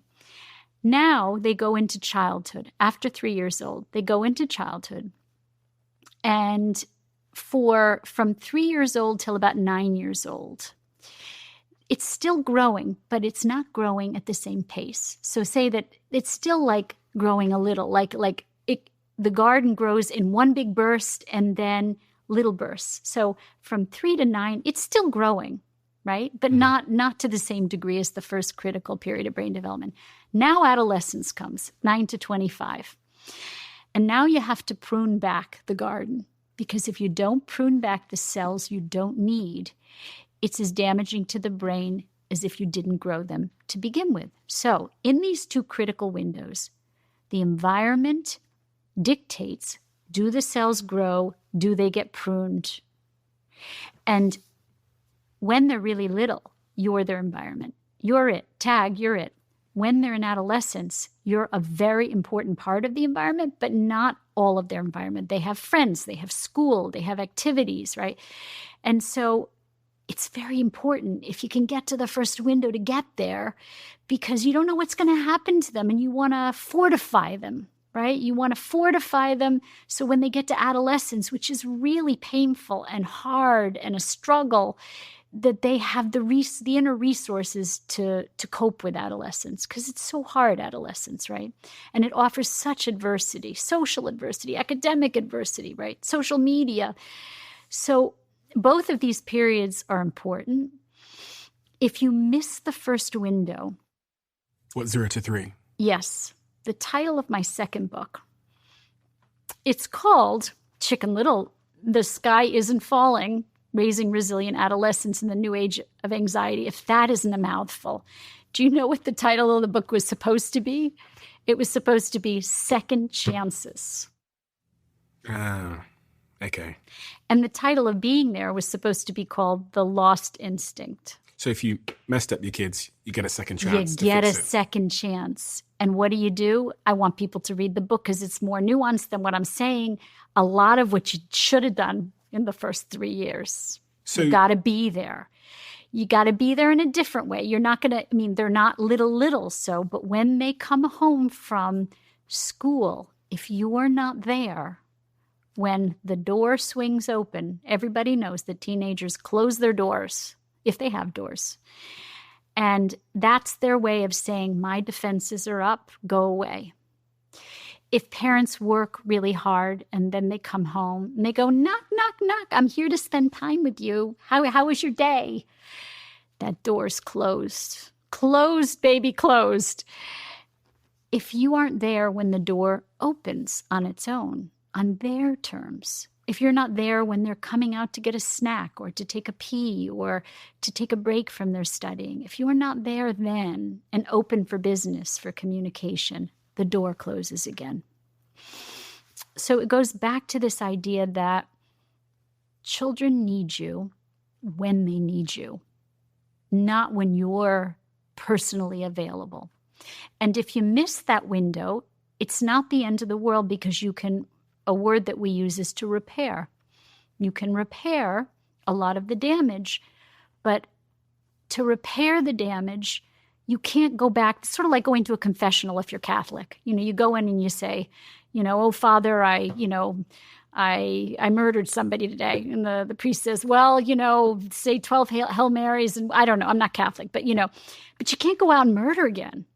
So if you're going to repair, it means that whatever happens between you and your child, you're trying to be a better parent. You're trying to do things differently, right? You can't take advantage of their good graces and keep pushing them away, pushing them. But repair is possible because the brain is plastic and it's always growing and shrinking until it's not. What if I'm 30 years old, for example, and I had a traumatic upbringing? Can I repair myself from the childhood trauma that I experienced between the ages of 0 and 10? The way that I would put it is, it takes a relationship to cause the trauma, and it takes another relationship to repair it. So the thing that most people don't understand about therapy, and why I really recommend psychodynamic psychotherapy, some people would say psychoanalytic therapy, but a more in-depth kind of therapy that lasts longer, is because you develop a relationship. It's not that you are healed from some pithy thing that the therapist says. I wish I was so smart that I could say this and, everybody would say, you're a genius and pay me millions of dollars. It doesn't work like that. Therapy requires the consistency of a relationship with the therapist, because it's through that therapist seeing you through the ups and downs of your life, reflecting your feelings. It's a kind of emotionally reparative experience, but it's not what the therapist says as much as the relationship, the long-standing relationship with the therapist. So what's healing is the relationship rather than the interpretations. And can that be a romantic relationship that then course corrects you in some regard? Okay, so the idea is that to really heal, it requires relationships. And those relationships sometimes can be people that you love. The problem with people that you love is that you end up burdening those people with, you can overburden the people that you love with your conflicts, your internal losses. So, if you find yourself using the people that you love like therapists, if you find that you're using the people that you love to deal with past losses, I would say it can corrupt the relationship. So you have to be careful. So the reason to go to a therapist would be to preserve the relationship. It's not that you don't share with the person that you love, but you don't want to overburden your friends or your lovers with the burdens of your childhood trauma, right? So I always say that therapy becomes like a safe container. You go to therapy, you talk to your therapist, you develop this trusting relationship where everything is left there, so to speak, in that container until you come back. But therapy is not for everyone. It requires laying down your defenses. It requires the ability to be open and talk about your feelings. There are types of therapies that you can go to if you can't talk about your feelings, things like DBT or CBT. But, for the most part, healing therapy requires being open. It requires trusting. You must encounter a lot of people that are in denial about their childhood trauma and the role it's played in shaping who they are. Because you'll have people come to you, I'm sure, that are exhibiting adult symptoms, like maybe they can't form relationships very well. Maybe they've got other forms of emotional erratic behavior. And there must be occasions where you have a suspicion that it's linked to some early experience and they're in denial. So I was thinking about people that I know that have presenting symptoms in their life, really sort of like chronic presenting symptoms. But if you were to ask them if their childhood played a role, they're almost like defensive of their childhood. So defenses are important. Defenses protect us. So, and people also have a misunderstanding of what therapy is about. The kind of therapy, I'm a psychoanalyst, so people think you go to therapy and they take your defenses away from you. I would never take someone's defenses away unless I could help them to replace them with healthier defenses. So what we do is an exchange. Like, you don't take your foot off a landmine unless you have a really big rock to put in its place, right?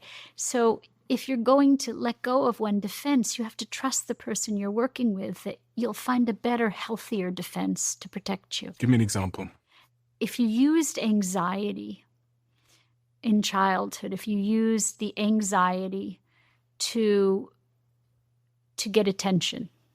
What if you complained as a child and you went around and said, I'm worried about this and so in a way it serves a purpose. That anxiety, that complaining, that expression of emotion, it gets the attention from your parents. And suddenly, and I do believe that there's a lot of this going on. A lot of kids are breaking down and saying, I'm anxious, I'm depressed. I do think many of them are, but I also think that many of them need their parents to understand them. So that would be what I call, it's a defense, but it's an unhealthy defense, because what ends up happening is that the parents stop being able to hear them because they complain and the anxiety starts to grate on the parents and the parents pull away, right? And so what would be a better defense for that child is to learn how to express what they need from their parents instead of just saying, I feel anxious or I feel depressed, but to actually say, Mom and Dad, you don't really spend any time with me. You don't really, and when you're home, you're distracted and you're on your computer and your iPads and you don't really seem that interested in me. And so that's a better way of going about getting the attention that they need. So you're never taking something away from someone unless you have something better to give them. And that's a myth of therapy, right? So people feel that they're going to go into therapy and be left defenseless. Now, defensiveness, which you mentioned, is a different thing entirely. When someone is defensive, it means that it's an unhealthy defense. It means that you hit something. So when you say to your friend, do you have any childhood trauma? And they say, absolutely not. What do you, blah, blah, blah. That defensiveness, as opposed to someone who says, I can't think of any. Maybe when, so the ability to introspect about the good and the bad and integrate the good and the bad is a healthy sign. If you have a friend who can't talk about the sadness of their childhood, or a friend who can't talk about the happiness, who can't integrate the good and the bad of their childhood, something happened there. And if you have a friend who won't talk at all, then you really know something happened there. You hit a sensitive spot. Are daddy issues real?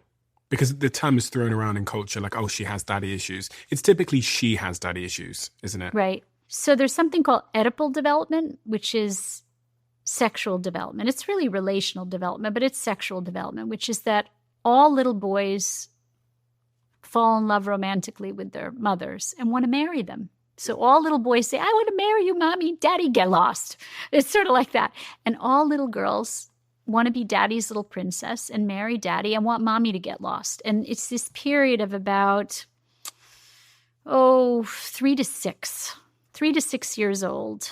And I always prepare parents for this. Fathers need to reinforce themselves and feel secure enough so when their little boys who have been their buddies and who have loved them, when their little boys say, bye-bye, daddy, get lost, they don't react. They don't go into a deep depression. They hold it and they say, oh, I get it. You love mommy. That's okay. Same with little girls. If their mothers overreact, become angry at them, reject them, say, oh, you just love your daddy. And so, but if daddies are not present enough for little girls, it doesn't form. So our first romantic relationships are with our opposite sex parent. So as a little boy, your first romantic relationships with your mother. As a little girl, your first romantic relationships with your father. If your opposite sex parent is not present at all, there's a loss there. So, sometimes what can happen is if you don't have a present father, or if your father is really just absent, or if he's physically present but emotionally absent, you spend your life looking for that kind of Oedipal connection, that kind of admiration, that kind of love, that kind of, for someone to love you in the way that a father loves a little girl. But with distrust built in. Well, not necessarily. I mean, sometimes it's too much trust. I mean, if you are hungry and somebody offers you scraps, you'll take the scraps, right? If you're hungry and somebody says, here's some crumbs of a muffin. So the problem is that... But what if they offered me the scraps and sometimes the scraps, as I went to reach for them, walked out and didn't come back? Then I might develop a relationship that it's not safe to trust the scraps because... So that's a father who's negligent. But it still can leave that little girl with a strong desire to be loved in that way. So it's like there's a missing piece, right? So you'd say the romantic relationship with the opposite sex parent is a very important part of our sexual development and our relational development. And so it becomes a missing piece for that child who then grows into that adult. If a father was abusive to a little girl, then, that little girl may do what we call a neurotic repetition, which is she seeks out abusive men because that's the only kind of love that she knew or understood. So, you have to remember that children perceive of the relationship with their parent as loving, no matter what the parent does to them. I used to work when I was a young social worker in foster care. And the children who were physically abused by their parents and neglected terribly still wanted to be with their mothers and fathers. They didn't want to be taken away because that was their mother and father, and they perceived of that as love. So however we're raised, we perceive of that as love. The problem is if it's not healthy love, then we can neurotically repeat that in our adult lives. Men. Young boys and men. Mm-hmm. I was looking at some stats earlier on that said there's been increased sexual inactivity amongst young men, which is an interesting stat. It's risen to almost 31% of men between the ages of 18 and 24 reporting no sexual activity in the past year. So that's almost doubled in about the space of 18 years. Yeah. Here's an interesting stat. high suicide rates amongst men. Men account for nearly 80% of all suicides in the US. The highest rate observed among 45 to 64-year-olds globally. Suicide is the leading cause of death amongst young men. And a survey conducted in the UK found that an increasing amount of men feel hopeless and worthless and that are struggling with finding meaning and purpose in the world.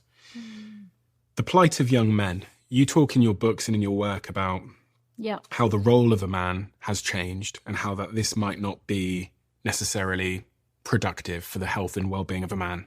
Yeah, we've taken away their purpose. When you take a human being's purpose away, remember the purpose for men was to protect their family, it was to hunt in the old days, feed their families, but it was also to protect their families. It was to provide for their families.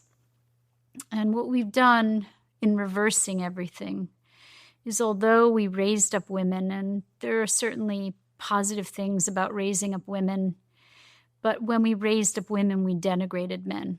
And I have 2 sons, so this is very personal for me. And I also see a lot of young men in my practice, young adult men. And what I'll say is that they feel discouraged, they feel purposeless, they feel diminished. And there has been something vengeful, I think, so the feminist movement was meant to give women choice and to balance off what was imbalanced in society. But there's something vengeful about it. I think at moments I feel like there's something vengeful about the modern feminist movement, which is, let's get them, let's diminish them, let's take over, let's push them out, let's beat them up, let's show them something really vengeful. So for me, the feminist movement was meant to create balance. It wasn't meant to set into play this other kind of imbalance. And, more than, I think 60% of universities are women now, as well as graduate schools. And so that means, and the studies show that men will marry at their educational level or below. Women will only marry at their educational level or above. And by diminishing men so much in terms of our education and professions, we've basically taken men's purpose away. They feel purposeless. And the other thing is, and I'm going to say, when men stay home to nurture their children, now remember, as mammals, we have defined roles. That is not instinctual for men to stay home and nurture their young. It's a reverse of something.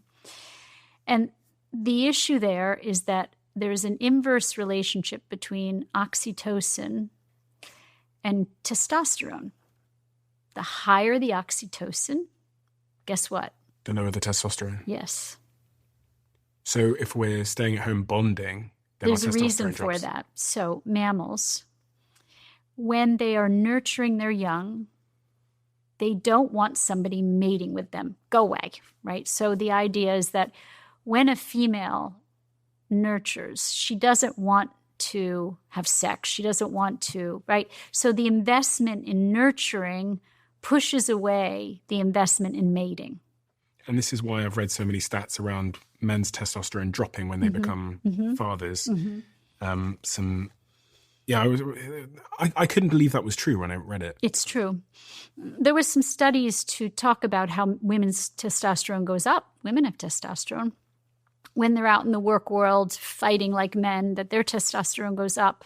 And men's testosterone, when they stay home, goes down. Now, what that's doing for sex lives, there's some research about, that is the next wave, which is, what does it do to sex lives? Because men have to perform. They have to get it up, to be crude. Tell me about it. And so if your testosterone is low, you're not going to get it up, right? Which is why there's all this Viagra and these patches and supplements and, because it's not instinctually normal for husbands to stay home and nurture their children.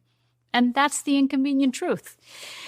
How that affects men's and women's sex life when women come home from their banking jobs and their law jobs, do their husbands not want to have sex with them? And, is that breaking up? So this is I think this is the next wave of, we've reversed things societally so fast. And then we hope that our evolutionary bodily responses are just going to catch up in merely a century. And it just doesn't, evolution doesn't work like that. It takes hundreds, if not thousands of years to change our bodily evolutionary responses, right? Our instinctual responses. So this is, it's problematic. And also when men's testosterone goes down, they get depressed. So they don't perform sexually well. They get depressed. They feel purposeless. They can't do what they're instinctually supposed to do, which is provide, protect, hunt. We talk about DEI. I mean, why aren't we talking about DEI when it comes to men and women? Why aren't we talking about balancing the scales, giving men purpose again? And honestly, we should be talking about what happens to men when they actually do stay home and nurture their young. Is there stats to support the idea that if you're at home raising your kids as a man, you struggle in the bedroom? So there was some research I know that was going on about that, how it affects sex drive. But when your testosterone goes down, it does affect sex drive. Mm. We're just not talking about it. So I have anecdotal patients. I have a patient whose wife was a hardcore woman in finance. And, he lost interest in her. He had to go out of the marriage and have affairs with women who were more feminine, who were more, so he could feel as if he could play that masculine role. He couldn't do that in his marriage. And so are we going to see kind of a shift in society as a result of this? We're already seeing it. I mean, the other thing that we're doing is to young boys. Let's talk about what we're doing to young boys. This starts very young. We basically educate young boys in a way that really favors girls.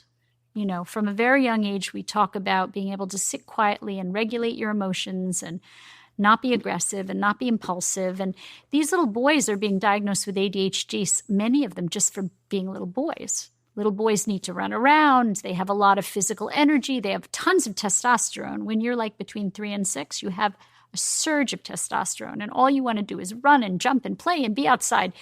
And what we're doing, we're putting them in school, making them sit in circle time. So we marginalize them, we label them, we say they have a problem, we say that they have ADHD, they have behavioral problems. And in many of them, the stress that I talked about is the stress of making little boys be more like little girls.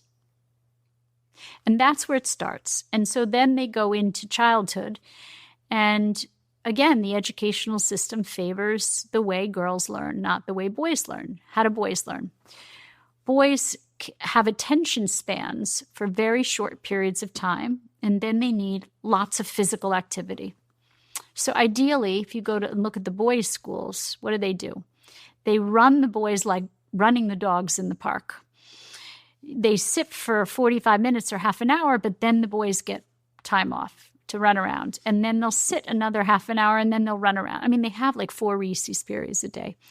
And so that's really better for boys. And little girls have more of a capacity to sit quietly in circle time and sort of, they don't have as much testosterone. They don't have that need to run and jump and play to the same degree that little boys do. They do need to play. We're not letting our kids play, boys and girls, because we're trying to force left brain development on them too early. But we are forcing little boys into this box, and they're not doing well in that box. And then they're labeled. They're labeled as having behavioral problems, ADHD, and that label then follows them through childhood, sometimes into middle school, into high school. Yeah. What would you change? I make you Prime Minister of the world, President of the world, and you can fix this issue. Oh, I would have little boys educated separately than little girls in the early years. In the early years, I would have boys' schools and girls' schools because little girls learn differently. And also, there's been a lot of evidence to show that in the early years, when you do single gender education, little girls will try things, will take risks with things, that they wouldn't in front of little boys. And little boys will try things that they wouldn't take risks in front of little girls. Like little boys are more likely to try art and painting and music. Little girls are more likely to try STEM and math and, all these things that we talk about little girls should do. So the idea is that single gender education in the early years is better for little kids because they learn differently. What about as it relates to men? What would you change to fix the issues you were talking about with testosterone and those kinds of issues? Talk about it. We should be talking about it. We don't talk about this issue. How many times have you heard what I just said? People don't talk about the fact that if we're going to flip this around and have men be the nurturers, they're going to have pretty low testosterone. You're going to have to supplement their testosterone. And so, and also you take their purpose away evolutionarily and they get depressed.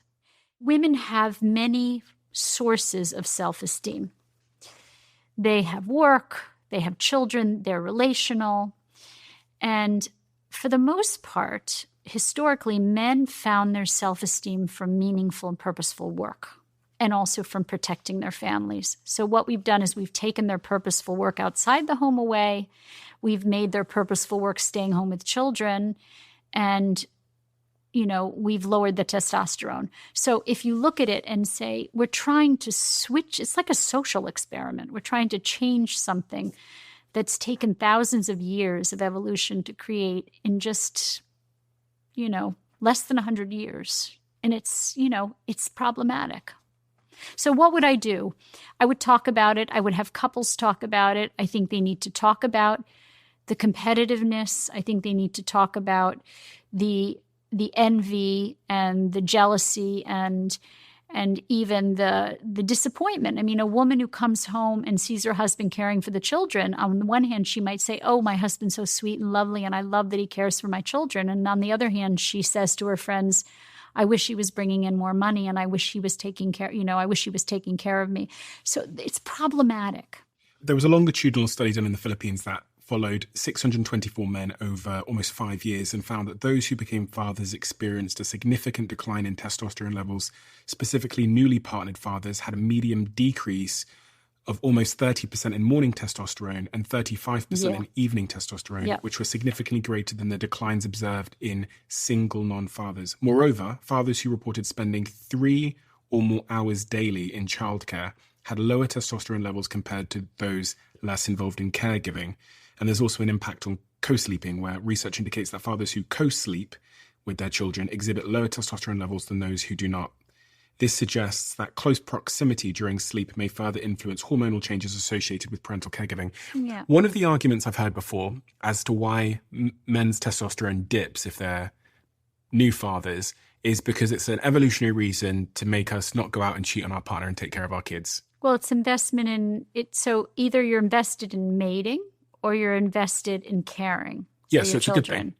Yes and no, because you still need to have testosterone to have a relationship with your wife, a satisfying relationship. So, and unfortunately, that doesn't stop men from going out and cheating on their wives, because a healthy man would say, well, we used to have sex twice a day, every day. And now that we have a baby, we only have sex once or twice a week because the baby's so small. And a healthy man would say, that's enough.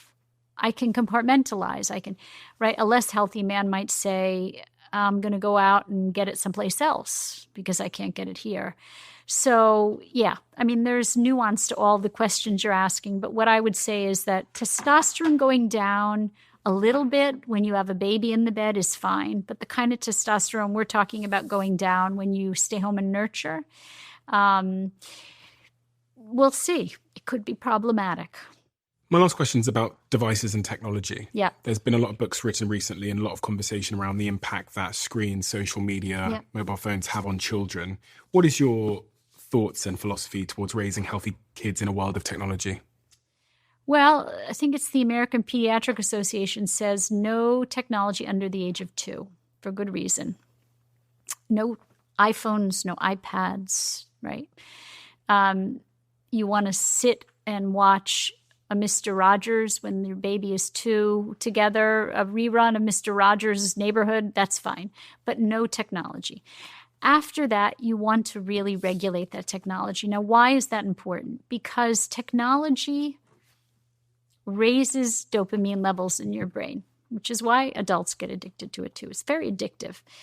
And the problem is that with adults, when you look at technology, it does raise your dopamine, but there was some research to show that technology raises the dopamine in an adolescent's brain tenfold to that of. So in other words, it would be like if you smoked a joint, it would, make you high. If an adolescent smoked the same joint, it would make them 10 times higher.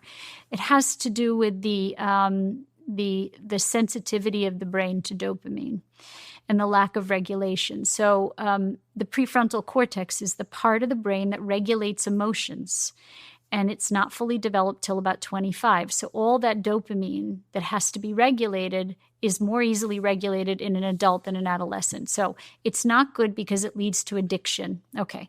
It's not good because particularly social media, but all kinds of technology, they get the amygdala going. Remember that little almond-shaped stress-regulating part of the brain? It turns on the stress reaction, which you don't want to do chronically. There's lots of problems with that. And in the case of social media, with adolescents, particularly adolescent girls, it takes advantage. I mean, you have to say that this was invented to take advantage. It's not a coincidence. It's manipulatively created because the reason that it's so bad for teenage girls' brains is because the self-consciousness, the perfectionism, is all the brain in a hyper-alert state of stress and fear. You're putting those girls and boys into a hyper-vigilant state of fear and stress, right? I have to be perfect. I don't look as good as them. My dress isn't as pretty. So you're putting children into a fear state, and then they can't separate from the device. It's like there was a movie, I think it was called Inception, where you could get stuck in a paradigm. You could get stuck in this fantasy, right, in a virtual reality.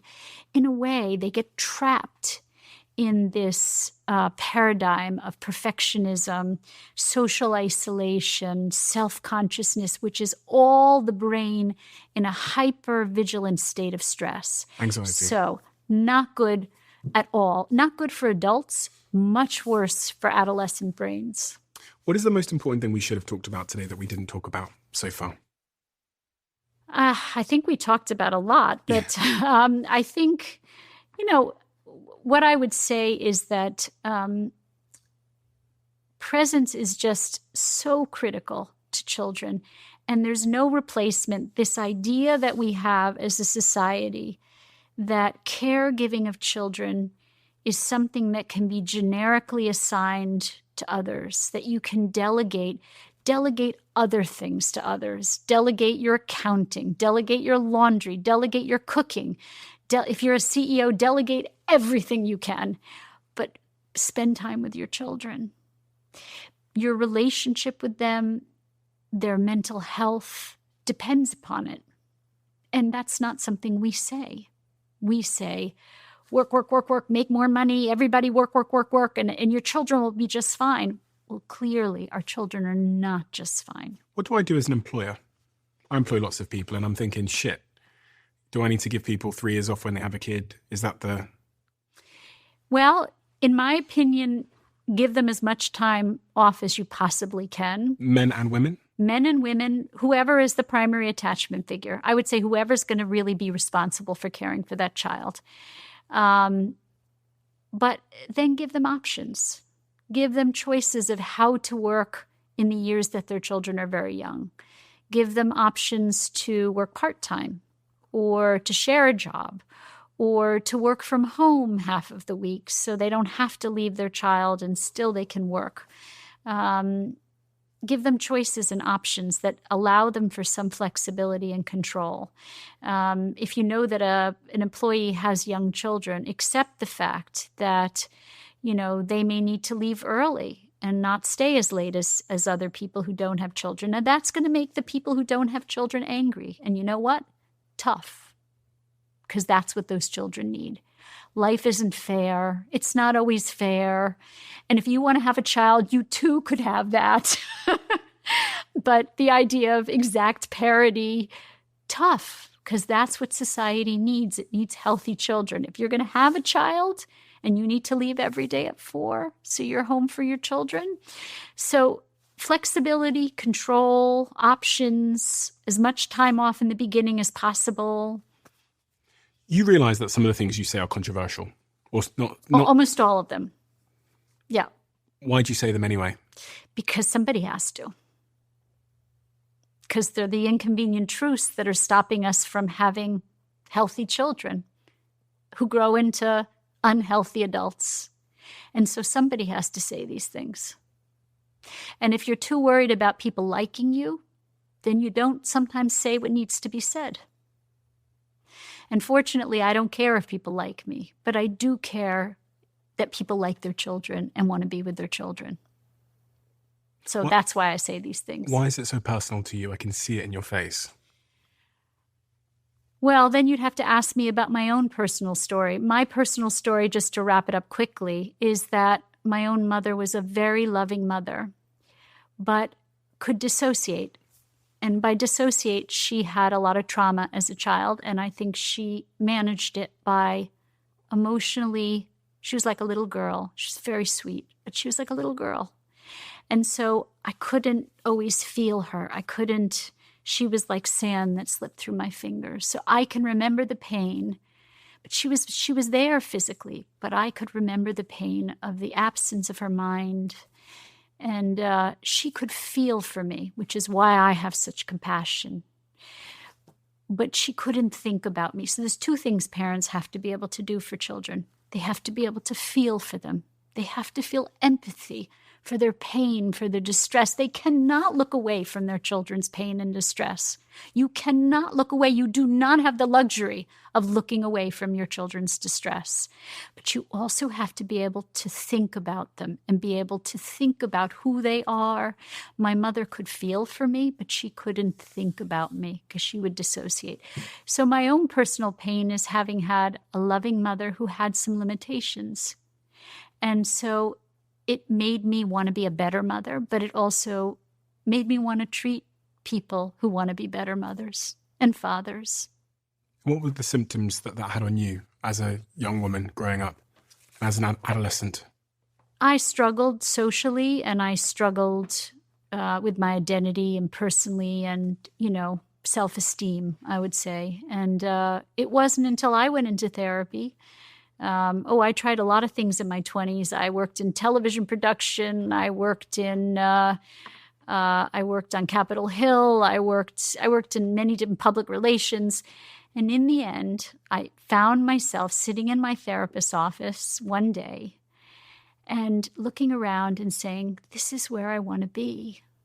I want to do what she does. And I want to help people the way she's helped me. So that relationship with my first therapist and then my second therapist. And, as psychoanalysts, we have to be in treatment for many, many, many years, because the point is we have to work on ourselves so deeply that we don't do harm to patients inadvertently with our own issues. So we have to be very, as we say, very organized as a person. So that's my personal story, and why mothering is so important to me, and the vulnerability of babies is so important to me. Erica, we have a closing tradition on this podcast where the last guest leaves a question for the next guest, not knowing who they are leaving it for. And the question that has been left for you is, what does your obituary say? Oh my gosh. I want to know who left that. You're going to tell me after. Oh boy, what does my obituary say? Kind, generous, compassionate, fervent in her beliefs, stubborn as hell, a good friend, a good mother, a wonderful wife. Yeah. I think it will. I certainly think it will. And I think there'd also be an additional couple of sentences there that speak to the value that you've given to the world through the work that you do. Now, people might not agree with everything you say because people have lots of different opinions on these subjects, but I'm of the opinion that people who are willing to deliver their thoughts, their truth, based on the science that they've experienced and that they've read and what they've studied and the experiences that they've had, the clients that they've seen, is so unbelievably important. Because I think if we look back through history, progress has occurred when people have dissented from the accepted narrative. In fact, I probably wouldn't be able to sit here in America as a black man if it wasn't for people who had the courage of their convictions to dissent from certain narratives. And so I've always, I think I've had it hardwired into me that disagreement is productive, especially when it's well-meaning.